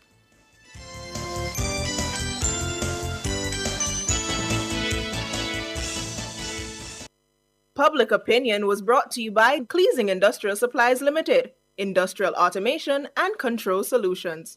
Drive the most exciting new vehicles in Jamaica. Schedule your 2024 Ford Ranger pickup or Ford Everest 7-seater SUV test drive now. Call or visit KIG today. The time by KIG is 6:31. Don't let poor vision hold your children back. IQ Optical gives complimentary standard reflection-free lenses to children and teachers until May 31. Conditions apply. The temperature by IQ Optical is 30 degrees Celsius in Kingston, 28 degrees Celsius in Montego Bay. Hello, good evening, and welcome to Nationwide's Business Report. I'm Mahiri Stewart. Motorists will pay more for gas and diesel when they go to the pumps on Thursday. State-owned oil refinery Petrojam says E1087 is to move up by 27 cents to sell for $171.50 per liter. A liter of E1090 will go up by 50 cents to sell for $179.49. Automotive diesel oil will move up by $3.06 per liter to sell for $174.51. ultra-low sulfur diesel will sell for $182.99 per liter. The price of kerosene will go up by $4.50 to sell for $174.05. Propane cooking gas will sell for $70.16 per liter, while butane will sell for $78.30 per liter. Petrojam says retailers will add their markups to the announced prices. And internationally, the U.S. Federal Trade Commission, FTC, has referred a complaint against TikTok and its Chinese parent company, ByteDance. This over potential violations of children's privacy to the Department of Justice. The FTC says its own investigation uncovered reason to believe that the firms are violating or are about to violate the law. In a statement to BBC News, a TikTok spokesperson said they were disappointed by the decision.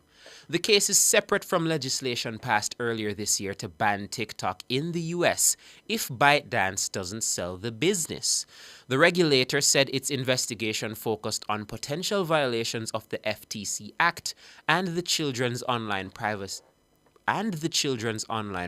Protection Act. And finally, the currency markets at the closing of trading today cost 156 Jamaican dollars and 39 cents to buy $1. It cost 199 Jamaican dollars and 92 cents to buy £1 British pound and 114 Jamaican dollars and 54 cents to buy the Canadian dollar. That's the business report. I'm Mahiri Stewart. Good evening.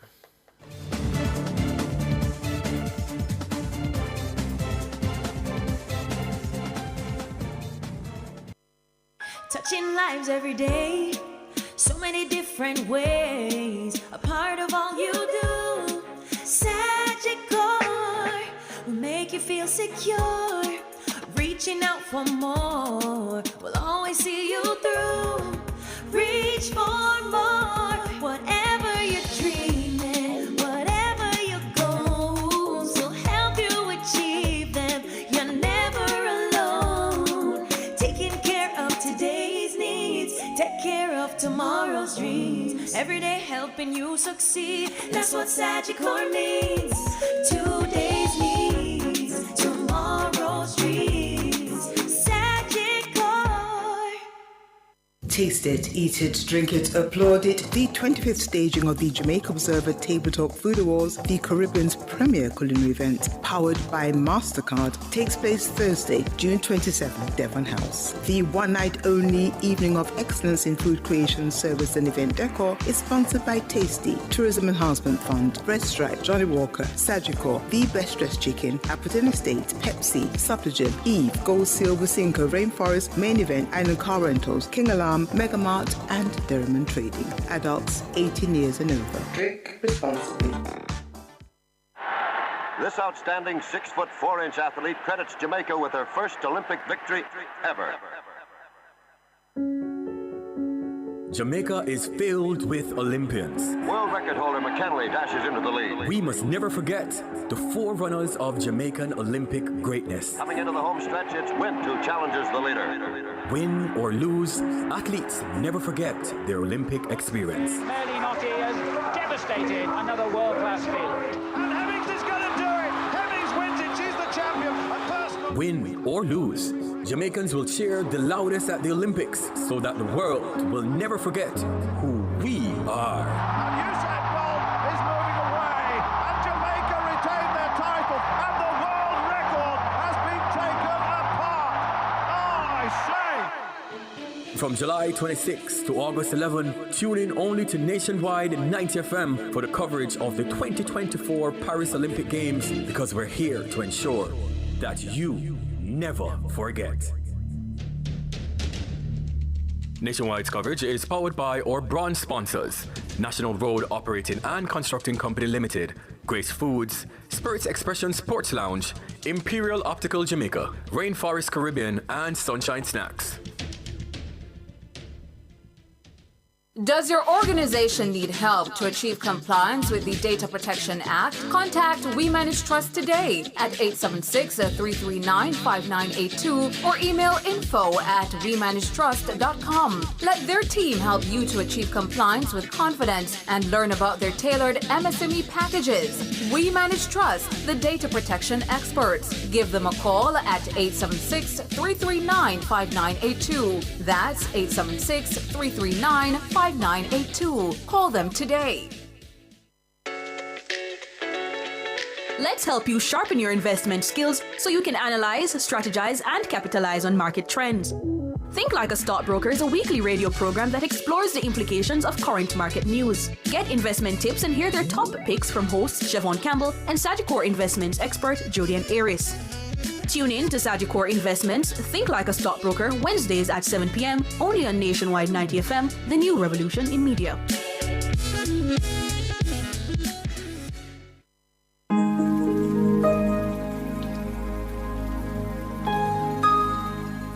Hi there. Here's some good news for these trying times. Quote, "By God's word, I can see where I'm going. They throw a beam of light on my dark path." Unquote.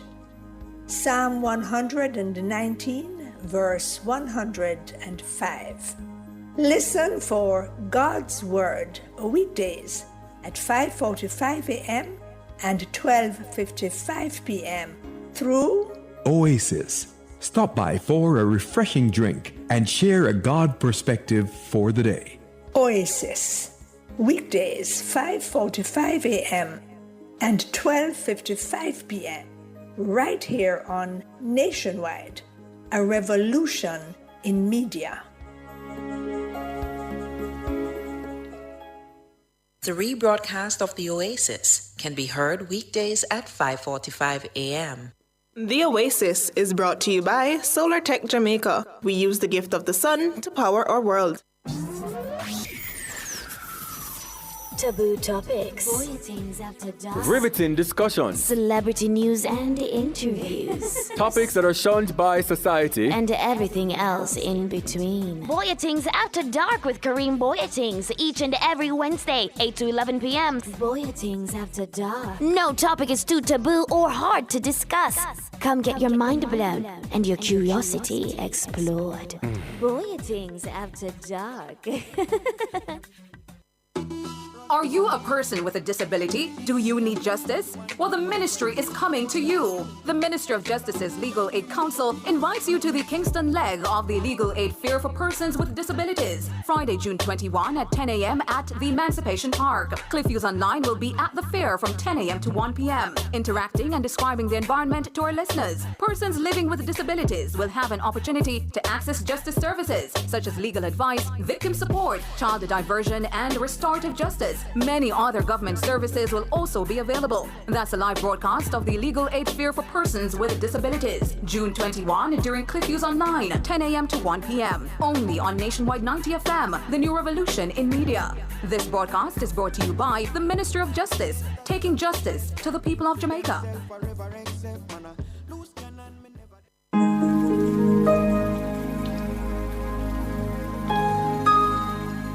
Hi there. Here's some good news for these trying times. Quote, "By God's word, I can see where I'm going. They throw a beam of light on my dark path." Unquote. Psalm 119, verse 105. Listen for God's word weekdays at 5:45 a.m. and 12:55 p.m. through Oasis. Stop by for a refreshing drink and share a God perspective for the day. Oasis.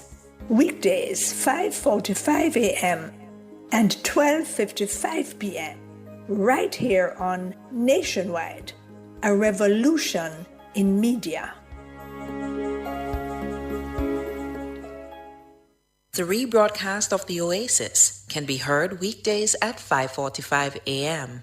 The Oasis is brought to you by Solar Tech Jamaica. We use the gift of the sun to power our world. Chewy flavor with delight. It really, really nice. May I first say it twice? The time by Jamaica Mountain Peak Golden Turmeric Latte is 6:42. Nation's Business is brought to you by BH Paints. Paint it, love it with BH Paints. Good evening. It's 6:42 and it's time for the Nation's Business. I'm Siobhan Campbell. And I'm Tyrone Reed. Greetings again, Tyrone. How are you doing? Not too shabby, man. Well, we are supposed to be speaking with the Minister of Foreign Affairs and Foreign Trade, Senator Kamina Johnson-Smith, regarding the now closed 10th Biennial Jamaica Diaspora Conference, but I understand we're having a few difficulties locating her. But until we do so, Tyrone, I wanted to press your mind on the information we just gleaned from the owners and operators of the mustard seed facility regarding the Haitians, not only the ones in their care, but the ones, as the operator said, has absconded from the property for some reason or the other. No, that matter needs to be resolved with some amount of dispatch. I wonder if the search is on in earnest to locate them. It would be good to speak with the authorities to see if they've managed to locate them. But that really needs to be resolved, and quickly. And it's unfortunate, I mean, it undermines the efforts that many here locally, humanitarian groups and Jamaicans locally have been doing in order to get more support from the government in terms of the concerns about Haitians coming over from the crisis-torn country. And I can't imagine that hearing that 10 of those so-called caregivers have now just absconded into the island for weeks now, it seems, will give the government any comfort in allowing future, what's what I'm looking for, similar operations where they're brought over here. To allow more Asians in. It doesn't help the case at all, Siobhan. It doesn't help the case at all. And then seeing the CPFSA has basically dismissed the allegations, one wonders. And judging by what we're told by the folks who appeared from the mustard seed communities, how can you, if they don't sanction the release of the children who are in their care? I mean, I don't understand. You can't just send an ambulance. I mean, I don't know.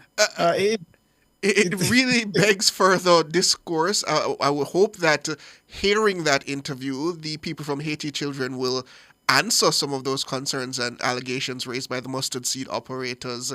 And I mean, listeners should be reminded that the mustard seed community is one of the most prestigious charity or non-profit organizations in the country. We have never, as the CPFSA has suggested, ever had a concern or even the whiff of a concern raised about their operations over the years. Which doesn't even suggest, Siobhan, that there can't be issues now, that it doesn't invalidate the concerns, but if there is even a whiff of something, unless the CPFSA has not done its job properly, they basically just dismissed the allegations. Without prejudice, too. They just simply said, we found no evidence over the years and we found no evidence in this specific instance. So they have questions to answer. I think we should try to get those folks back from Haiti Children, I think the organization is called, to answer some additional questions based on what we've gleaned so far. And I'm not certain if you heard there towards the end, if the development officer was suggesting that the consultant for development, rather, David Silvera, was suggesting that perhaps we could ask Haiti Children about those caregivers who are not there. Did you hear that, or was I hearing correctly? Well, it really raises the question because I remember, according to him, they were sent along with the children in order to facilitate them with a familiar face, people who understand the language, and that is understandable. And it just strikes me as strange that you would just, upon your own recognizance, just abscond under those circumstances. It really paints the situation and your fellow countrymen in a bad light. We wouldn't want to hear a Jamaican doing this, having headed over to Haiti or any other country, suggest that they just absconded while they're on a charitable mission. That just strikes me as odd. No, and Siobhan, it ought not to be treated with lightly. As a matter of fact, I think we should try to get an update from the authorities. We should try and see if we can get someone from PICA or any of the other ministries that should be responsible for locating these individuals and see if we can get an update on what's happening, because there are national security concerns about perhaps some of the folks who may want to come from out of Haiti and gain access to Jamaica. So, we have to ensure that we look at this matter, of course, respectfully and in a transparent manner, and in keeping with all the laws and the international treaties that we are signatories to. But we have to do our due diligence, yeah. And for 10 individuals to quote unquote abscond from the agency that they're supposed to be working with, that is a cause for concern. It is a significant cause for concern. We need to find them, and we need to find them ASAP. Agreed. Well, we're up on the break. We'll take that break, and hopefully we get back. We will have the Minister of Foreign Affairs, Kamina Johnson-Smith.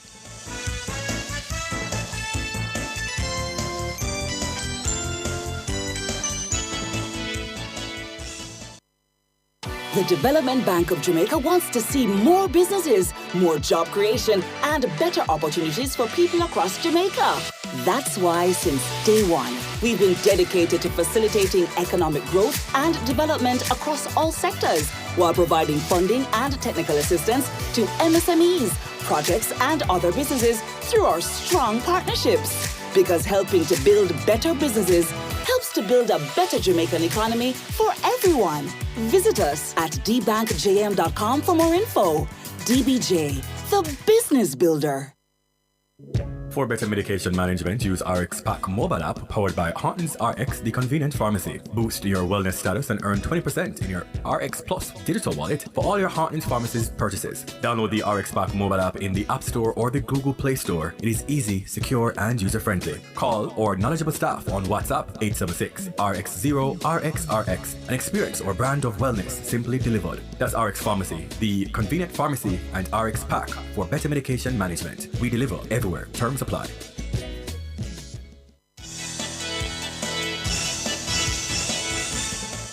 Okay, welcome back, listeners. As I said, we are now going to discuss the 10th Biennial Jamaica Diaspora Conference. Today marked its final day, and we have on with us to discuss that the Minister of Foreign Affairs and Foreign Trade, Senator Kamina Johnson-Smith. Good evening, Senator. Good evening, Madam Senator, and welcome. Good evening to you, listeners. So, Minister, it's good to hear from you. How was the Diaspora Conference this year? It is amazing. It's still ongoing? It is amazing because we're having the final reception now. Grace Kennedy, one of our legacy partners, is hosting a final shebang for all the attendees. And tomorrow we have Diaspora Day of Service. So we have 17 projects across 6 parishes. 8 of them are in St. James, though, all giving back to health and education and community development. I'm going to be at the house building with Food for the Poor first, and then with a Southern Florida group that's adopting a clinic. So a lot of good things are still happening tomorrow. So although the formal plenaries and breakout sessions and launches will be complete, we still have a day of service. Minister... Go ahead, Tyrone. Go ahead, Tyrone. Minister, I'm happy you touched on that, because it's one of the questions I wanted to put to you. I'm not certain if you had a chance to listen to an interview we did with 2 of the participants from the Diaspora Conference. And one of the points raised was that there needs to be a coming together. It's the fact that you mentioned the project, so I'm asking this now. A coming together of the various diaspora groupings, because the characterization was that they are operating in a splintered manner, and if they can get everybody together, perhaps in a single organization, and they could get more things done.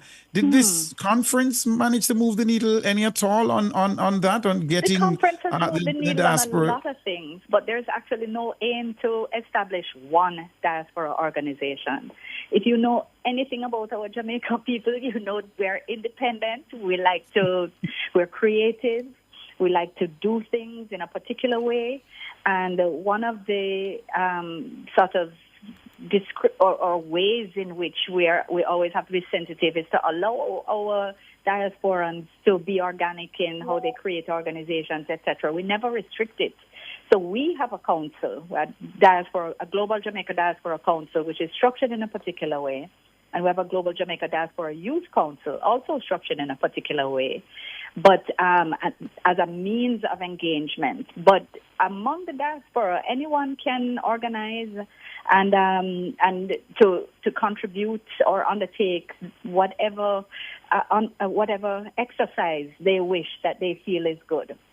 What we have done, however, and one of the outcomes of this conference, or one of the things that we have done, coming out of discussions in previous conferences, is that we launched a portal. We launched 2 portals today, in fact. One is a diaspora registration portal, which is now called Connect Me JA. And what you can do is you can register and share whatever information that you about any institution that you have or run, any business that you're doing, any events that you're having, which allow people to know more about what each other is doing and support. So you can engage as much as or as little as you wish to, which is really how our people are. We have diasporans that are heavily engaged. They're at every conference. They're at every gala, etc. And then there are those who don't. I think the comment was more to the efficiency of the current model, Minister, and which is what I was trying to pick your brain on. Do you think the efficiency of the current model is? I think if we went to the other extreme of trying to put people in one organization, what you would hear is that the government is stifling the diaspora, we're muzzling diaspora creativity, and that we are trying to control what they do. I think that is the likely response, and that is based on the experience of what I have heard in my engagements, and I listen very closely and intentionally, and I think that is unlikely to be disputed as a majority view, that they appreciate the organic nature of organization, and how we can best help is by helping them to connect or by providing platforms for convening like this conference. So I get the point about efficiency, I get it 100%, but you have to meet people where they are. And our community is a diverse one that really does value highly its ability to create. I appreciate the point. Minister, this year's biennial was not without some controversy. There were concerns raised by you that there was going to be a particular faction of the diaspora that would attempt to disrupt the conference. Did that ever fruition? Did that ever come to any fruition, Minister? I didn't raise that. That's a good old video. giving life to things that that actually don't deserve life. But no, I don't. The conference has been amazing. It's been positive. It's been unified. It's been vibrant. It has. We have had connections being made from the emotional and personal to commercial and philanthropic.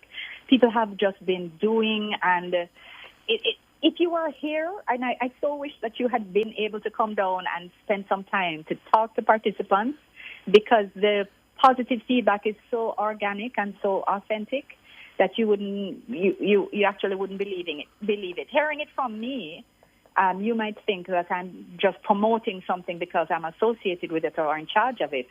But literally, I'm standing up purchasing a handmade purse from this amazing artisan who was participating in our marketplace. And this lady walked up to me and she said, I just want to tell you, thank you for an amazing experience. I fly out tomorrow. She's from the UK. She was here with her daughter.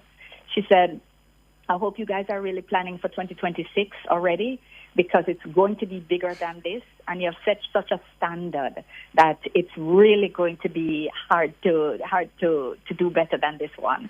And that's been all the feedback. Speaking to someone who was at the very first and has been at every one. And he said, this is the best. In fact, more than one person who, our long-standing diasporans who I met when I became minister, they said this is the best one yet. Best one yet. And what would you say was the attendance? There were some claims that it was poorly attended. No, it was we had over 1,200 registrants. I saw some creative person, somebody sent me a post where somebody tried to take a video down a line of where there were some empty seats of somebody asking a question. And I was like, why do people do these things? At a conference, you never have everybody in one room anyway. You have 4 breakout sessions. You're not going to have an entire conference in one room all the time. We have a vibrant marketplace, the biggest ever, with all kinds of amazing giveaways and activities taking place. So you have people moving up and down. It's dynamic. It's fun. It's interesting and engaging and intellectually satisfying as well for those who wanted to delve into every session. I find, people try to create problems when there are none. It's been amazing. Really has been. You told us about, I think we heard the numbers, more than 1,000 registered 1,200. 1,200, yeah. And that video wasn't showing that at all. So hearing there from you, it may have been taken during one of those breakout sessions. But you mentioned an initiative that is coming out of this. Are there other initiatives that we can expect, Minister? And no, they had brought in extra chairs and people were still standing because the room was just absolutely full because everyone was there. For the opening ceremony? Yes, and then people move in and out again after. Mm-hmm. For breakout sessions, yeah. Well, yeah, when the PM spoke. Are there additional initiatives that we can look forward to coming out of this? You can look forward to the JamDem portal, which is the Jamaica Diaspora Engagement Model, which we have developed together with the IDB and IOM. The Connect Me JA portal, which was launched today, also developed with the IOM. You can look out for the Mentorship Academy, which is officially launched today, started by the education lead on the Global Jamaica Diaspora Council, which is who is Dr. Khalid Duran, who is based in France, and that's going to facilitate mentorships between diasporans and Jamaicans, Jamaican young people with different interests. You can look out for the exchange program, both faculty and students, between the Borough of Manhattan Community College and UCC. We have lots of connections made with UTech. Dr. Brown is here. People are here engaging with him about possibilities in STEM and in higher level training. We have there are a lot of business connections were made as well, because remember, we've been saying diasporans shouldn't only be thinking about sending money to families here, which is important, and giving back, but we should be building wealth together. So they should be investing here and looking at business opportunities for participation of our business people where they are. And there have been a lot of connections in that regard as well. We're up on time, Minister, but I want to put 2 questions to you quickly. They're related, so it shouldn't be too difficult. The first one is quite simply put. There's this call and clamor recently for a more direct involvement of the diaspora in governance. Have you heard that clamor being repeated anywhere during the conference from any of the people who've come here to Jamaica? No, it's only been raised by media to me twice. It's not been raised by one diasporan to me. Not in the session to discuss the issues about diaspora participation, but it is something that has been discussed for years in the diaspora, And as I explained when the last media practitioner asked me, I said, there are people in the diaspora who believe that they should be able to participate in serving Jamaica at any level they wish. And then there are other diasporans who believe that if you have gone to live elsewhere, you should participate in the political process and serve there.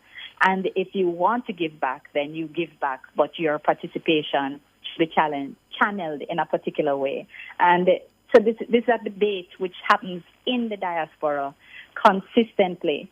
I understand that it came up at the constitutional panel, which took place this afternoon, but nobody took any strong position on it at all. Like it wasn't an area that people kept saying, but we need to know about this.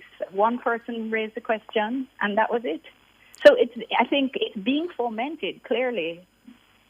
Even in Jamaica, it's the views are divided. But it just remains a matter that continues to be discussed. And not to put you on the spot, Minister, but do you have a personal view on the matter? No, I continue to listen to the diasporans and to engage with them where they are. And as there is no single position that they're rallying behind, and there's definitely no majority position that has asserted itself to me in the past 8 years. It really just sort of pops up every now and again, and then the debate starts and fades again. So I haven't taken a strong position on it at all. Before we let you go, Minister, I know we're out of time. Just two quick ones. This might be slightly related to this issue. There are members of the diaspora who have been protesting overseas. Anything on the cards to engage those individuals by the Holistic administration? Nothing on the cards right now. We've really been focused on making this diaspora conference a success, engaging with people who have informed and positive, intentional nation-building desires, and who, when they have issues, engage positively and constructively on them.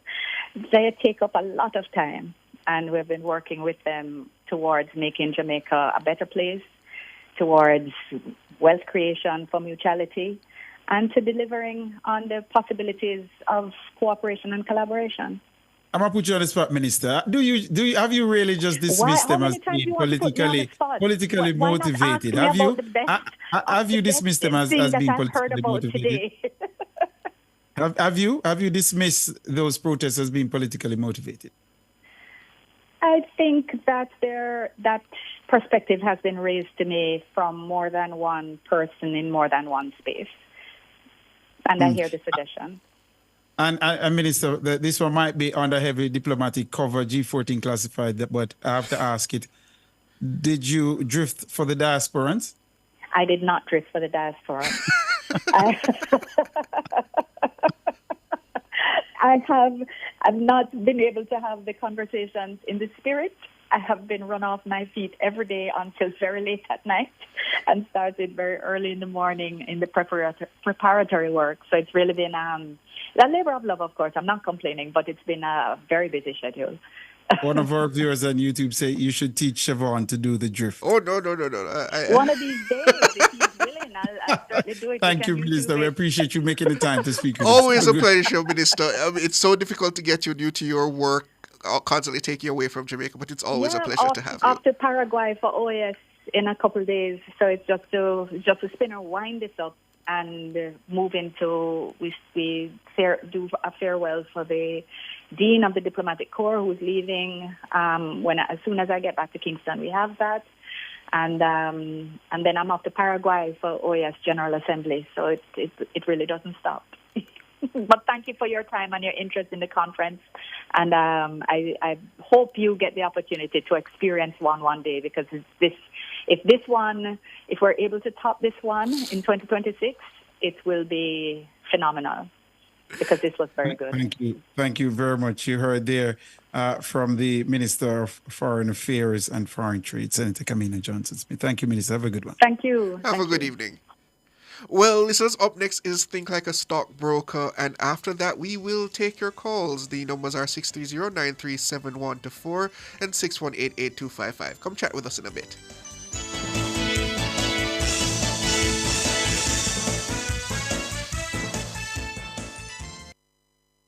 Nation's Business was brought to you by BH Paints. Paint it, love it with BH Paints. The mission of the Ministry of Legal and Constitutional Affairs includes revising Jamaica's legal and constitutional infrastructure and accelerating the pace of reform. The time by the MLCA is 7:06.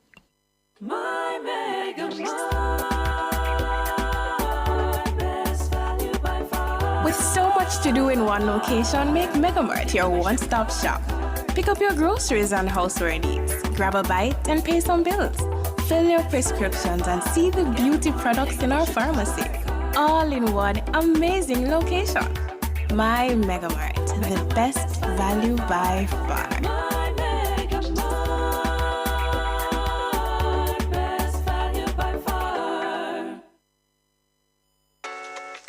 Some see the glass half empty, others see the glass half full. You check if there's water in the tap because smart investors think ahead. This is Sagicor Investments. Think like a stockbroker, giving you a clearer perspective on the investment markets. Good evening, listeners, viewers, and welcome to another episode of Sagicor Investments Think Like a Stockbroker, where we give you the information and insights you need to navigate the market. I'm joined again by Jodian Eris. She's Sagicor Investments Assistant Vice President for Research and Strategy. Good evening again, Jodian. How are you doing? Hi, I'm doing well. How are you? I'm doing quite wonderfully. Before we get into another episode, Jodian, we have to do our recaps. Last week we talked about the reduction in petroleum output in some countries, as well as reductions in interest rates. How does that affect our stock brokerage? All right. So as you were saying, last week we touched a bit on in terms of interest rate reduction. So we saw where Canada, as well as the European Central Bank, would have announced that, from their end, they're starting to reduce the policy rates, and that should then trickle through the economy and allow for a little bit more freedom, I guess, or leeway for consumers in terms of how they spend or the discretionary income that they'll have to spend. And we'd have also touched on the converse, where it is that we saw where OPEC Plus has been, indicating that they're looking to continue production cuts going into next year. And we thought that really could have some impact in terms of interest rates, because if it is that you're reducing production cuts, then that could have some inflationary pressures, meaning that, once there's a cut in production, that we could see higher prices for petroleum, and that would then feed through the economy, so in terms of transport costs, as well as businesses in terms of that would use crude oil or oil in general just for their own productive purposes, would then be facing higher costs, and that could then put some inflationary pressure, which in some ways would be a little bit counter to what it is that we'd like to see in terms of just more reductions in interest rates going across the board. So we have seen two so far, or I think a little bit more than two, but the two main ones would have been Canada and the European Central Bank in terms of those cuts. So for us as investors, we are really watching,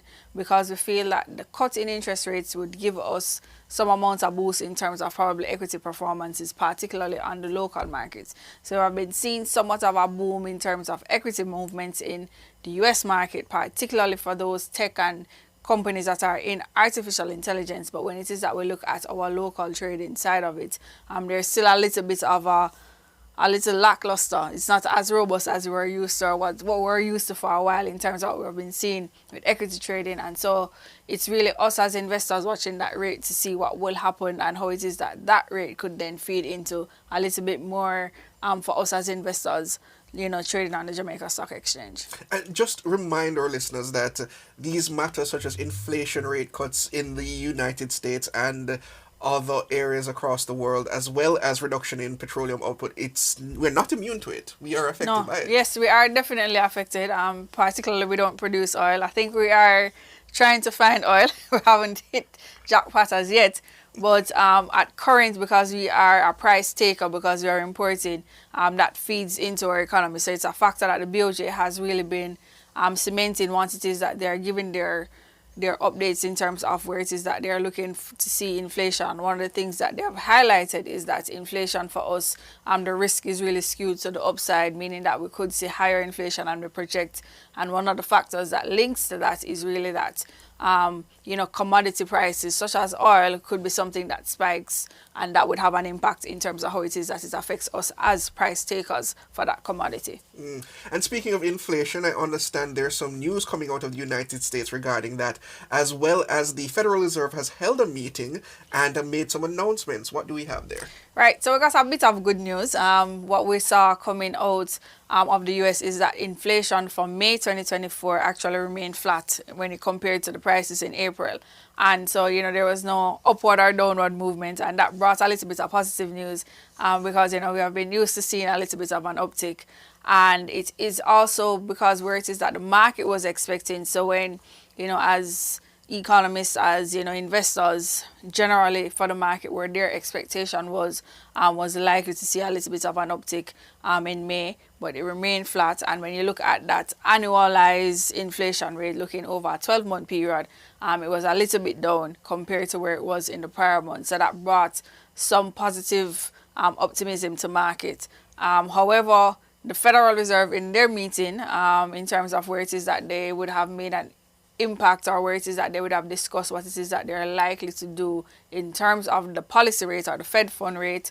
They did not give a decrease. They actually decided to hold steady, but this was generally in line with what it is that markets were expecting. So it was an expectation that they would hold because of how it is that inflation in the US, even though showing some easing or slowing in terms of that rate, it is still a little bit away from their 2% target that the Federal Reserve would want it to have. And so they would have decided to hold rates for this meeting that they held in June. Further, one of the things that they would have shared coming out of those meetings is that they would have given projections going forward.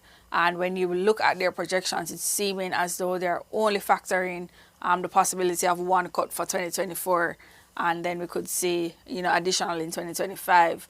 And that would have had some impact in terms of known market expectation, because there was still a bit of hope that we'd see a cut in September and then probably another one later in the year. But based on the current tone and based on the current projections coming from that latest meeting in June, it's looking like it will just be one cut coming out of the US for this year. Okay. I also understand there's more news coming as well from the World Bank this time in terms of their world economic prospects for June 2024, and I understand they have some information there for not only other countries, but they also have for Jamaica. What do they have there? The World Bank would have released their June publication, as you mentioned, of their global economic prospects, and so they're looking at what is happening on a world scale, and they're drilling down to regions. And when it is that they would have talked about just generally what we're expecting, on a wide scale across the world for economic output, they're expecting to see some amount of stability in terms of how it is that economic output will continue for 2024 into 2025, 2026. And even though we are still faced with some issues such as the geopolitical tensions, and we're still having the pressures from the current high interest rate policies right across, we're still expecting to see some amount of uptick in output for 2025. I think we're expecting to remain stable for this year, but that brings to us some positive news. With stability, it means that there could be continued demand for the goods and products for particular companies. And so it's information that we actually do look forward to receiving, because it gives us an idea of what to expect in terms of company performance based on what is going to be happening at the macroeconomic level. And, they did present for several regions. So they would have looked at advanced economies, the emerging areas, and they even touched on the Caribbean and the Latin America. And I think for the Caribbean, we're really expecting growth when you look at that region. And surprisingly, even when it is that they kind of took out Guyana, they're still seeing growth. So, as we know, Guyana would have had their major discount, right? And so that would have been something that's really pushing the numbers for the wider Caribbean a little bit higher for this year into next year. But even with the removal of Guyana from the estimates, they're still seeing some amounts of uptick. Particularly for Jamaica, though, they're expecting growth, but at lower levels than we would have seen in 2023 and 2022, and that's largely due to the expectation that there could be a reduction in terms of private consumption. So how it is that as consumers we could be spending, we're expecting, the World Bank is expecting to see a little bit of a cutback there. And so that's something that as investors looking in the market, we'd also have to factor in. If it is that we are going to expect that there could be somewhat of a slowdown in consumption from consumers, then that could have some impact in terms of the types of companies that you may want to be investing in. And as usual, Sagicor Investments Wealth Advisor is tasked or has all of this information to help you in terms of making the best choice in terms of companies that you'd want to look at. Speaking of Jamaica specifically, the World Bank is predicting growth here. Is that in line with our local predictions, for example, from Statin and the PIOJ? Right. So the PIOJ as well as the Bank of Jamaica would have given some indications where it is that they're expecting growth for, I think, next year, the fiscal year going forward. And so we're seeing where that is generally in line with that sort of a growth projection in terms of where it is that there is the expectation that we could see, still growth in the economy, but just probably at a slower rate than we would have seen over the past 2 years. Well, speaking of economic indicators, I understand there were some discussions about remittances recently in terms of a reduction. What has that turned out? As you mentioned, remittance, one of the things that was actually also highlighted in the World Bank economic prospects was that for the Caribbean region is that they're expecting somewhat of a continued robust remittance inflows, but just albeit at a lower rate than we have been used to. So that rate of growth will be a little bit lower. And as a region that is a diaspora region, and so we benefit from remittances, it's something that really does give us some sort of a support. It's a key indicator that as investors we're paying attention to. Yes. And particularly for Jamaica, we'd have seen increased inflows for February, but when we got to March, there was somewhat of a marginal dip in terms of the flow from remittances during that month. And for the period January to March, it was also marginally down compared to January to March of the prior year. There may not be so much of a trend in terms of what to read into it, because as we know, there is a bit of switching up in terms of the holidays, particularly the Easter holidays. Sometimes it's in April, sometimes it's in March. And what you may find is that if persons would have visited, instead of sending funds, they probably would have just brought it with them. So that could have accounted for the marginal dip that we saw in March, seeing that we'd have had the holidays in March this year versus April last year. Putting all that economic information together, along with the information coming from abroad as well as here locally, and the matter of reductions in interest rates, how does one now position their portfolio to take advantage of those? For most of us, once it is that we got into the COVID period, and we're at the height of that, we would have done some adjustments to our portfolios to make it a little bit more defensive. So we were very cautiously optimistic about the future. So we were, at some points, probably slowly in terms of buying or looking at assets. And then once it is that interest rates would have, started to move upwards, we'd have done another set of adjustments in terms of just to benefit from that high interest rates, to make sure that we were putting our portfolios in that sort of still defensive position, to make sure that we're not feeling too much adverse impacts from the high interest rate policies, but also on the other end making sure that we're invested in securities that were benefiting particularly from the environment. And so we'd have probably had a little bit more cash in our portfolio than normal. As it is now, as you mentioned, we're moving now into a space where we're expecting interest rates to start to come down. And as investors, we're buying into the future. So we're not necessarily waiting to see interest rates come down and what impact it has at that point in time. We're looking ahead to see what could likely happen and how it is that we want to position ourselves to benefit from that change. And so what we're looking at, and your Sagicor Investments wealth advisor, as usual, is armed with all of this information to help and to guide you as to where to position.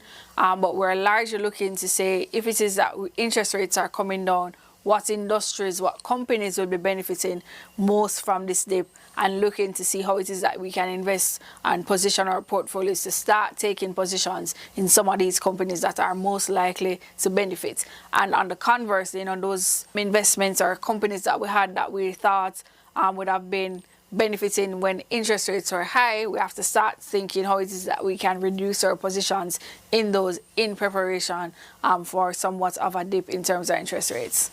As is customary, Jody, we like to leave our listeners with a stock pick for the week. What do you have for us this week? Okay, sure. So this week we'll be looking at Pan Jamaica Group Limited, and this is a large group. It's what we call a conglomerate, meaning that you could break it up and have individual companies based on how much exposure it has in just a diverse space or areas or sectors that it operates in.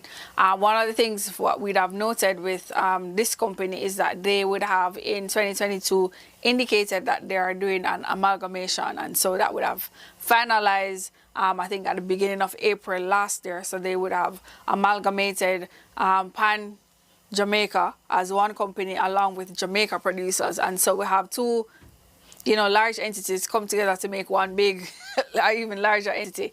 And what we'd have seen in terms of their results for that group that came out at the end of March, or for the period ending March 31st, 2024 of this year, is that there was actually an increase in terms of the asset base, there was an increase in revenue, and there was strong growth in terms of that bottom line, and that would have largely been driven by the fact that they would have had that combination. So the combination between the two would not have occurred until April of last year. So this is the first quarter for this financial year that we're looking at the combined entity together as one. And what it presents is really opportunities in terms of how it is that these two companies that have merged together, the sort of synergies that could be found, and in terms of the cash balance that they may have in order to do further activities. Jamaica Producers particularly has always been has been showing its aggression in terms of doing acquisitions. So they would have done or recently announced the divestment of one segment of the company, I think in the DR, and they're looking in terms of, they have announced also expansion in terms of their juice line in the European region. And so it's a company that continually looks at how it is that it can do acquisitions and propel itself into further growth. The research team at Sagicor Investments has really done a fulsome review on this company, and so I'm advising that you reach out to your Sagicor Investments wealth advisor for just a little bit more on this particular company. It's also a company that pays quite frequent in terms of dividend payouts, so that's also definitely a plus for investors, but it's definitely one that we're watching to see what is likely to come post this sort of an amalgamation with both companies and the opportunities that could arise for investors. Thank you for that information, Jodian, and thank you, listeners and viewers, for joining us for another episode of Sagicor Investments Think Like a Stockbroker. Please join us again next week, same time. That was Sagicor Investments Think Like a Stockbroker. Smart investors think ahead. Join us on Nationwide 90 FM, Wednesdays at 7 p.m. for Sagicor Investments Think Like a Stockbroker.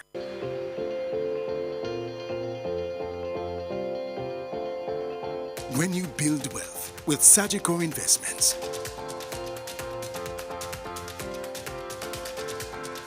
you never have to settle for less than your dreams.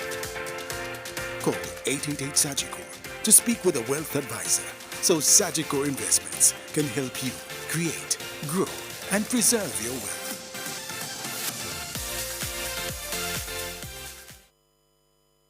The Development Bank of Jamaica wants to see more businesses, more job creation, and better opportunities for people across Jamaica.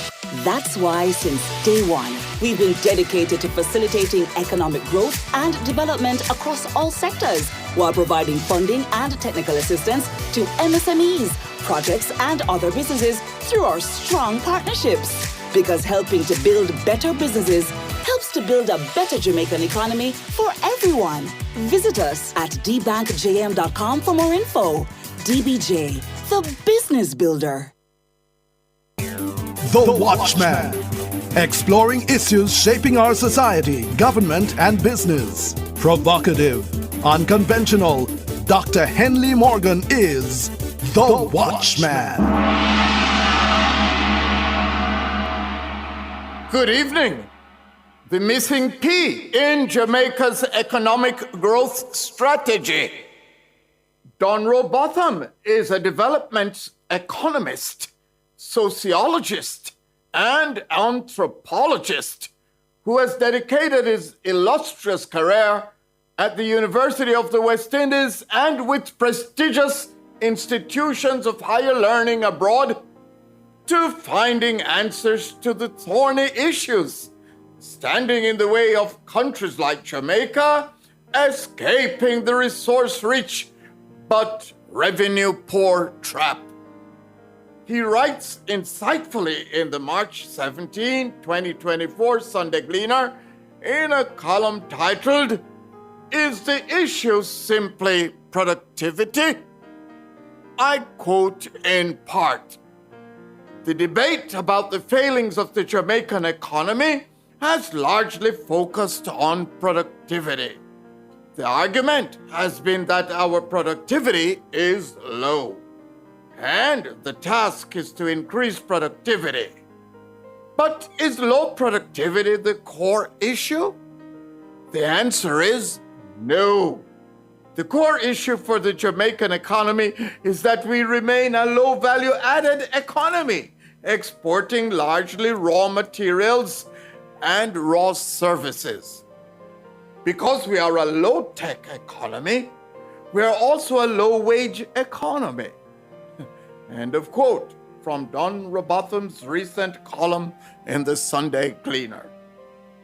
With due respect, I think the learned gentleman is splitting hairs, confusing causes with effects. One does not have to diminish the central role of productivity to elevate the importance of computer literacy and other qualifications associated with economic complexity, without which the ability of a country to produce value-added goods and services for export is seriously impaired.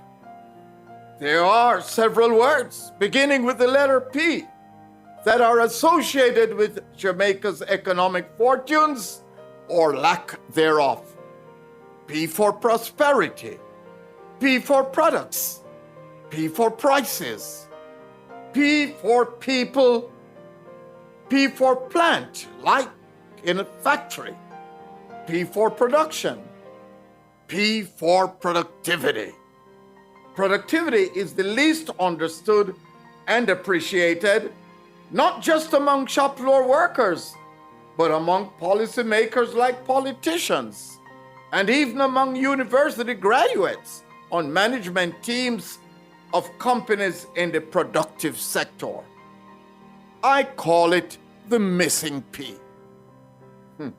In his column, Robotham was careful to support his view with data from Harvard Economic Complexity Study, which reveals that between 2010 and 2021, Jamaica slipped significantly in its ability to produce value-added products and services for export as measured by this index.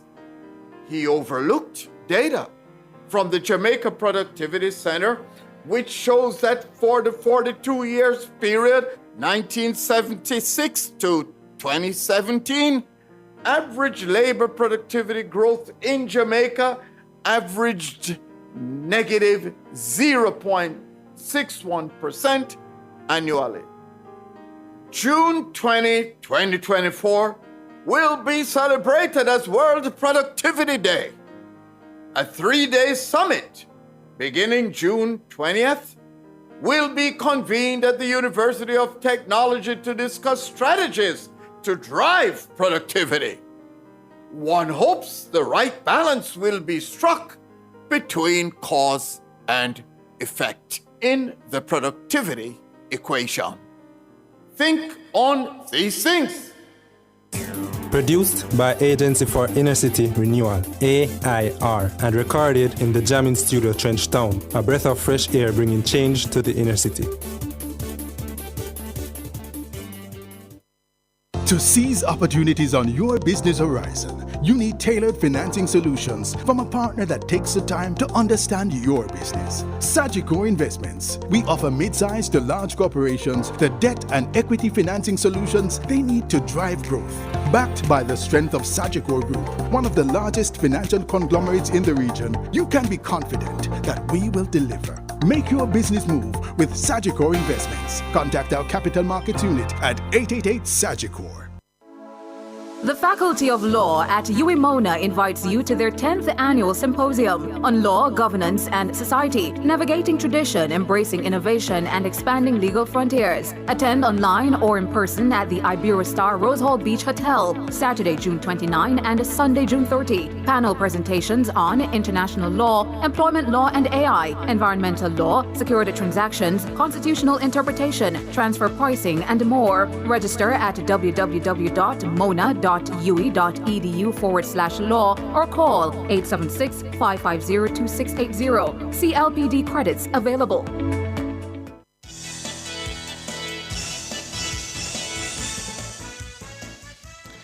Welcome back, listeners. It's 7:31, and we're now taking your calls. The numbers are 630-937-124 and 618-8255. Richard, you're on the line.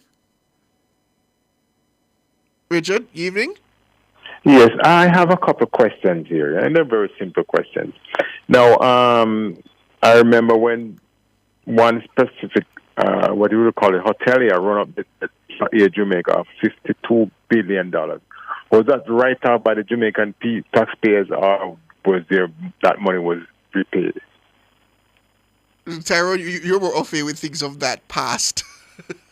Sorry, he said somebody run up what? He's talking about the Air Jamaica bill that was run up by a certain hotelier. $52 billion. That's so long ago. I can't remember the details of that, sir. Yes, but we'll look at the White House, Sanders White House, that was paid, what was billed by taxpayers' money. Was that paid back? So the one in Montego Bay also. Because, you know, I just to show how much... Say raising all of the... Say what? It's to show how much in the past we have wasted money in this country. To that there is no doubt. Yes.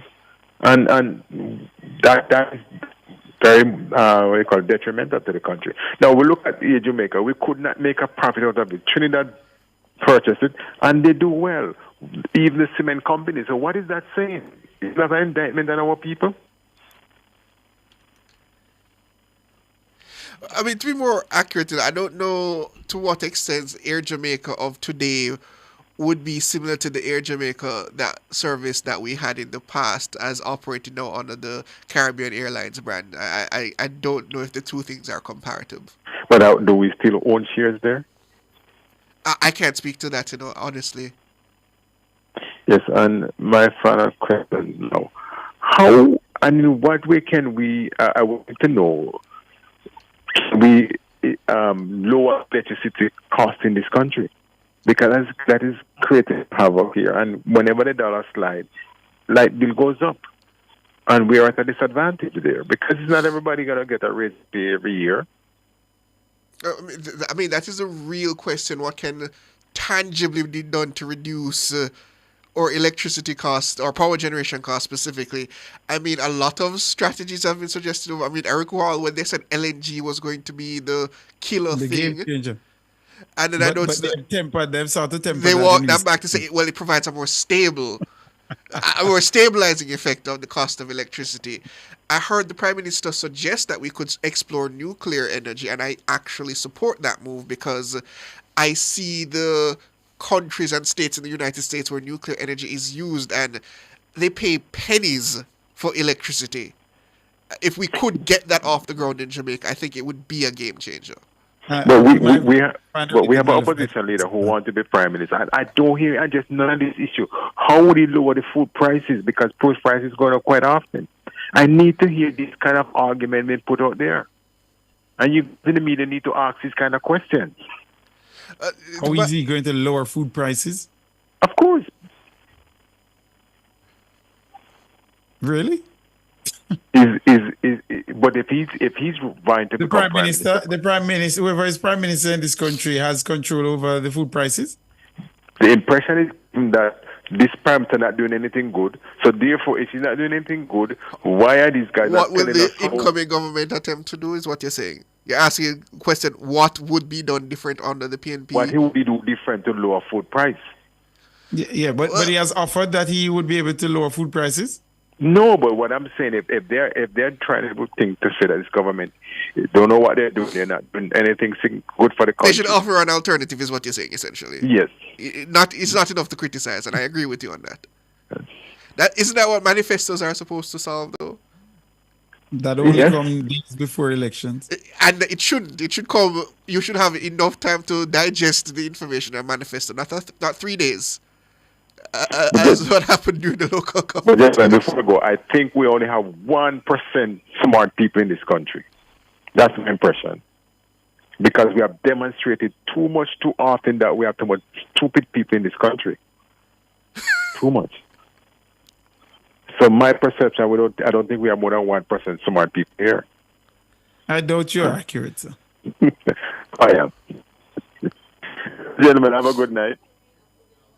Have a good evening, Richard. Carl? Evening, Shabba. How you doing? I'm doing well, man. Doing well. Hungry or bungry there, man. Yes, Mr. Bangle is here. I'm a G. We're there, man. Mr. Bangle is here. I heard Dr. Poison. No. Look here, Carl. Stop the man. Why you must do them some there? Then I know said to them, but I will you come out and say that to me. Nobody can say me. I say that. Carl, someone poisoned is not something to joke about. All right. Anyhow, I heard him this evening. I say, if he investigate what happened into the hospital, I have no problem. Me personally have no problem.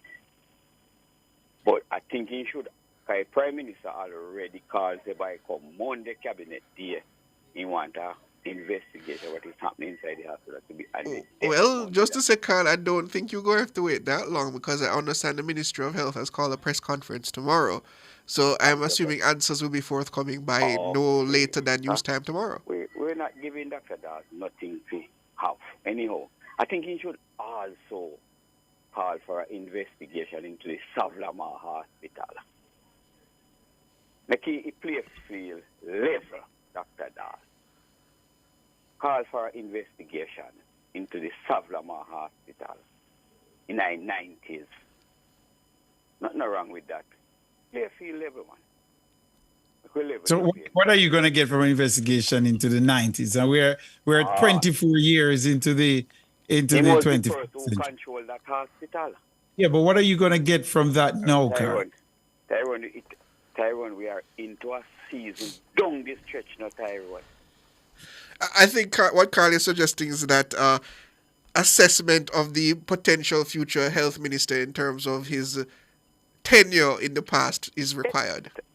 You know, handle me bang like he really like Yeah, Siobhan, I admire your attempt to be in the Carl whisper right now, but I don't see how that can be beneficial, Carl. All right, now worry yourself, handle your bang. We don't have stretch now, just like we see West Indies and England have a cricket match here, all we are going to watch. You're going from bad to worse, man. You offer a bad suggestion, now you're talking about West Indies, I mean. You're getting from bad to worse, Carl. Hello. Tyrone, not do me that. Anyhow, Tyrone, you know, say we all missing the point from other day concerning a British citizen. If the British citizen have a British passport, he have a visa in a hit. Why he need a next visa in a hit? That is one of the questions we're missing from other day. I'm not sure. Siobhan, since you're the Carl whisperer, what is Carl saying? Because I'm not understanding. I don't know if I can assist with this one. Carl, yeah, not even Siobhan can help you this time. What are you saying, Carl? All right. Tyrone. Wolin is a citizen of England. And Jamaica, he says. I'm not sure, Tyrone, you talk sensible thing. No, you're gone on different ball. No, man has a British passport. You don't want to be. Man has a Jamaican birth certificate. The one is a Jamaican. Want to be full storm with the facts. I'm helping you. Well, since you have a challenge. Well, him said that. No, Carl. Him said that. He has a Jamaican birth certificate. All right, time will come. All right, Carl, hold on, Carl. How you know he is a British citizen? Isn't he the one who said it? So are you prepared to accept that and not accept that he's a Jamaican citizen? No, man, answer me, man. I'm asking you a question. How is it that you're prepared to accept? Carl, answer. Let me get a question out now, man. Yeah. Why are you prepared to accept that he's a Jamaican, a British citizen from his own mouth, but you don't want to accept that he's a Jamaican citizen? Because, all right, Tyrone, all the pressure that them did ask Tyrone, he wouldn't accept them as a British citizen until he was cornered. Yeah, you want to agree on that, you know. That's not what I ask you, though. You accept that he's a British citizen, but you don't want to accept that he's a Jamaican citizen. But him said that Tyrone, I'm not sure about the Tyrone, we need to see some more. Jack, So you're not sure about him being a British citizen either then? No, not him said that, Tyrone. Him said that. Carl, you want go and go watch you West Indies, man. No, Tyrone, hold on the little Tyrone. I can assuredly say to you that Mr. Golding is a Jamaican. He was born here, and he has a Jamaican birth certificate. No, yeah. So just relax with that one, Carl. You can make your point without. All right, you know what? Because I noticed one day, all of us kind of take up holding British citizen and all kind of things. Tyrone, you know what happened in Jamaica last week? You know, so we get on up a garbage truck again. I saw some buses too. But no, he bus them. No, we not reach July yet, Tyrone. Man, we have moved so fast, man. No, 100 just coming and 100 more coming. You never hear. Right. No, man, buses came recently, right, Siobhan? Yeah, quite recent too. Within the last couple months. And you hear the Minister of Transport last week say, them buy from the taxpayer dollar. What is happening into Jamaica, Tyrone? You don't have to borrow to buy. And hold on the Tyrone. I want to ask you two more little simple. Me not really bright boy. But me have to ask you, because you're a bright man here. Tyrone. No, Chevron brighter than me. Tyrone, in the 90s, you could have heard anything like that happening, Tyrone? Look, no, Carl, the 90s, those years, I think it's best if we... The only reason why we should remember them is because we should never repeat to go back them. there. That's the only reason. It was a master class in poor governance. Those how many of errors? And Tyrone, as soon as you say poor governance, it was. It who wasn't one of the person that advised Omar Davis? I don't know who. Tell me. I'm not a member of the PNP. I don't know. The man we want to lead Jamaica today. He was an advisor to Omar Davis? To Omar Davis. I don't know of that. Yes, man. You know that? No, well on Tyrone. Hold on, man, you put forward something. Siobhan, you know of Margolin being an advisor to Omar Davis? I would have been 3 years old at the time or about this. Come on. Tell me about World War I, Siobhan. What started it?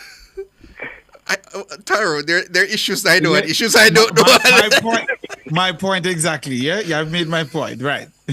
So, but I don't know about that, Carl. I'm not saying it's not true, but I don't know. Well, everything is you can't check now, no Tyrone. Because I'm tell you, say, we don't have stretch now. Meaning election time. I always tell you, say, Tyrone, tell me a time you have semi time now. I tell you, say, I don't deal with local government election, but it's a general election. Me have to have semi country in a somebody hand will look like they want to lead Jamaica. Continue to lead it out of poverty. Not a person who are going to tell me, say, 2 consecutive budget cycles, say we must run with 40 billion. All right, Carl. Go and go watch West Indies now, my boss. And I hope you're not at any of those places that sell libation, you know. No, man.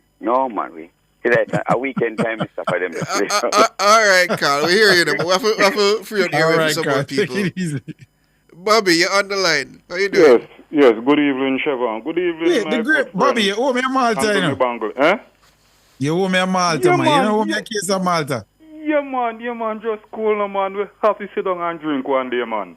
When I return from a remote location, I'm going to come collect my box of Malta, you know. No problem, man. Especially after the next general election, when the final ballot count. That's the time that we have to go drink it, man. Well, I will wait until that season die down because I don't want anybody to suggest I'm celebrating with you because you party with me. So after that. No, we can't drink at that time, man. Yes. I just want to clarify something that George made yesterday at the Diaspora conference in Montego Bay. But first, I just want to say something to Carl. The other day when I agree with the government with the demerit points and thing, and I was lambasting the taximen, those rogue transport operators who take our nation road as a air base and mow down people and thing and land blast them. Carl commandeer and him angle me so bad. But Carl, you are laborite and me a laborite. And let me tell you something, boss. If you are one of the indisciplined taxi operators out there, take with yourself. We're not keeping discipline in the Jamaica Labour Party, sir. So take with yourself if you are one of them. Be a disciplined taxi driver, and near you can talk. All right. I just want to say, I heard George yesterday down in Montego Bay, and he said something which I really agree with him. He said that every government really need an opposition to keep them on their toes. But one thing, George, what I would put to you, what type of opposition? Jamaica need a responsible, and I should say a responsible opposition. An opposition, when they come and give their budget presentation and they are promising Jamaica honor them calf, he must be able to tell the Jamaican people where the funding is coming from. Him not just give wild promises, say, I am going to give you this and I'm going to give you that, when if you select me, tell the Jamaican people where the funding is coming from. Because, look here, for the past 18 and a half years, that is what the PMP used to blindfold the Jamaican people. Give them these wild promises, and the Jamaican people jump up and go and vote for them. And as soon as the Jamaican people vote for them, it's like them not remember the wild promises that they made. This Andrew Holness administration, when he was in opposition, and everything he promised, like the 1.5, he tell the Jamaican people where the money is coming from to fund it. And up until this blessed day, when he is Prime Minister, he and Dr. Nigel Clark, when they are giving their budget presentation, them outline to the Jamaican people where the funding is coming from. Now, my good friend Anglia Bangle and Chevron, we cannot afford to lose a Prime Minister like that and a Minister of Finance like that. We cannot afford it. And the Jamaican people will know what to do in the next general election coming. Best Prime Minister, Andrew Michael Holness. Thank you. It was brought to you by. I'll tell you something. I spoke to somebody from the private sector, really, and just to see how much they rate Dr. Nigel Clark, the man said to me that if they ever change government, they beg that they just keep Dr. Clark as a finance minister, regardless of who in party, who is in power. I think the PSOJ president joked about that on air as well. But Siobhan, it's true. Dr. Nigel Clark has been a godsend when it comes to the management of the Jamaican economy. He has really done a good job. And that is, like I say, question. When he comes on, you'll question him, and there'll be, questions about how certain things are done. But when it comes to his management of the economy, man, Dr. Nigel Clark has really separated himself from previous finance ministers. He's good, man. He's good. Yeah, you have to give that to the. When the story of Holness is written, it may go down in the books that his drafting in of Dr. Nigel Clark may very well be one of his. It was the best final decision moments.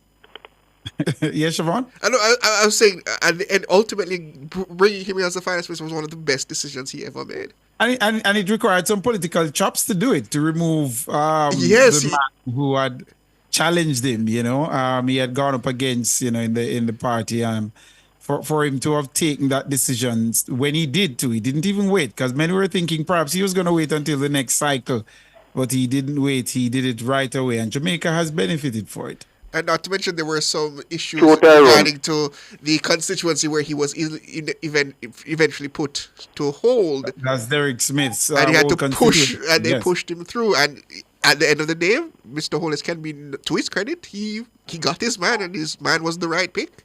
True, gentlemen, true. I've never heard anybody say that about the finance minister. If the government changed, let the man stay in his job. Like I've in all my years in media, I've never heard anybody say that about a finance minister. He's the best, man. He's the best. Make I tell you, Dr. Nigel Clark is God. Is God send him come, man. He is the very best Jamaica has ever seen. All right, Sir Bobby. Thank you, man. We appreciate it. And to me, one of the most specifically outstanding decisions that both Dr. Clark and Mr. Holness made that I know did not even sit well with members of their cabinet was this matter of the adjusting the Public Bodies Management Act in order to ensure boards are above board and those people who serve on boards have to come from a certain caliber. I know that did not go down well in the government. With a lot of members. Pushback. Yes, there was pushback. And they pushed it through anyway, considering the situation. So yeah, there was pushback. I heard that. I even Cliff was commenting on it at the time as well. That there was some pushback internally within their own party as well. But you know, the fiscal management and the prudence that we are demonstrating, we can't abandon that. Yeah. As a country, it doesn't matter who forms the next government. Which we is why can't abandon that as a country. Which is why I support that call from, I believe it was Keith Duncan who said it, that we should take the fiscal rules as they stand and put them in the Constitution, meaning you can't just adjust them as you see willy-nilly, which would require a 2/3 majority in both houses for you to make any substantial changes to it. And I don't think that's a bad idea. I realize it might tie some hands and some people might... But if we truly hold this matter of fiscal stability sacrosanct and it's supposed to transcend party borders, I don't see why we can't do that. Oh boy, I don't know. I'd have to think on that one, Siobhan. I'd have to give that one some more thought before I throw my. Keith Duncan is usually very measured. You have a lot of respect for him and the way he thinks and his commitment to the country. But yeah, I'd have to think about that one. I wasn't certain I'd throw my support behind that one as yet. But let me tell you what I would definitely agree to. We definitely need to make it difficult for any politician to just willy-nilly be fiscally imprudent. You know, we can't go back to the run with it days, you know. That we can't. It's absolutely a no. So, yeah, I'm all for making it way more difficult. But you know, 2/3 majority constitutional. I'm not sure. I'm not sure if I'm there yet with that. But I'll think about that. There's something to think about. All right, Omar, you're on the line. I think you'll be the last caller tonight. Hello. Hello, Omar. Go ahead. Good evening, Omar. Kumar. Sorry, sir. Kumar. How are you? Good evening, Kumar. Not bad, thank you, sir. Just 2 points I want to make, okay? Look up the word diaspora, the meaning of the word diaspora. And with regards to the economy of the country, God bless Miss Portia Simpson, God bless China. That is where the money is coming from. If you notice, when the Chinese started the investment in the highways in Jamaica, that is when the economy started to be prosperous. I'm just trying to put everything in a nutshell.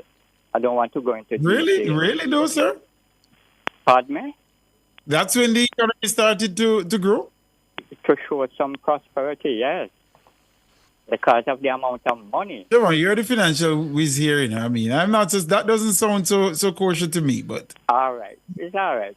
I won't go into detail yet. I will say it this way, that infrastructure plays a key role in driving economic growth. Yes. But I don't know if it's specifically to say that it was the Chinese investment in highways that would have driven that makes me a little It's a Nervous. lot of money, billions of dollars that they are still spending in the country. Oh, but we have fundamental issues that we have to correct, But I mean, one thing though, Kumar, I have to point out is that the Chinese investment in its initial stages were loans to the Jamaican government that then had to be repaid.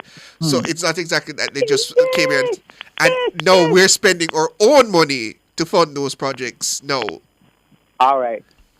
The amount of money that the government is collecting per day from the toll road, right?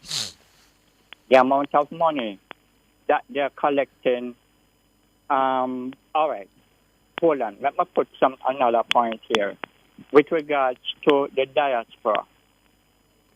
I heard some remarks that the diaspora made today that if it wasn't the diaspora, that Jamaica would crash. You see? All right. If you notice, every US dollar that comes into this country, we have to pay out 160 average Jamaican dollars for $1 US. For £1, almost 200 Jamaican dollars, right? That is creating a drain on the coffers of the Jamaican government. That's not how that works either, sir. You're talking about the exchange rate, The exchange rate is the value of one currency in the denomination of another currency. So it's not that So it's not that. So if I buy $1 US for 157 Jamaican dollars, I have not lost the Jamaican dollar. I have an equivalent in US dollars. Yes, but what I'm saying that we have to give them more for their one.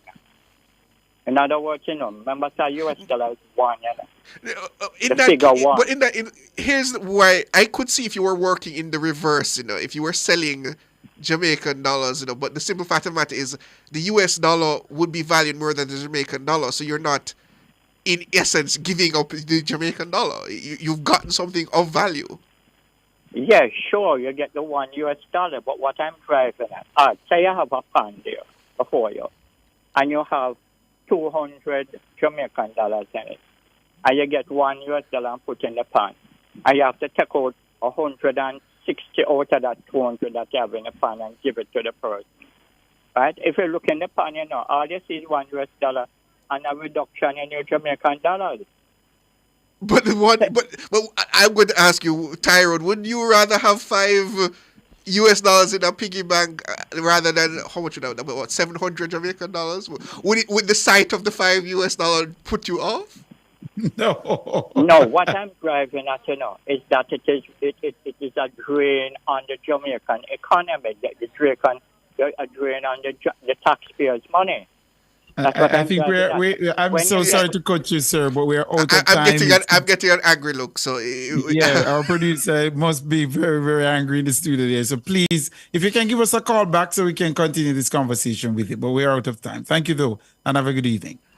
That's where we wrap it up, listeners, viewers. Thank you for tuning in. It's 7:59 and we're signing off. Thanks to Dana Davey, our super producer, our technical operator Andrew Glenn Boogs Anderson, and Cara Powell. Andrew Glenn. And Cara Powell, who leads our very capable news and production department. I'm Siobhan Campbell. And I'm Tyrone Reed. Good evening.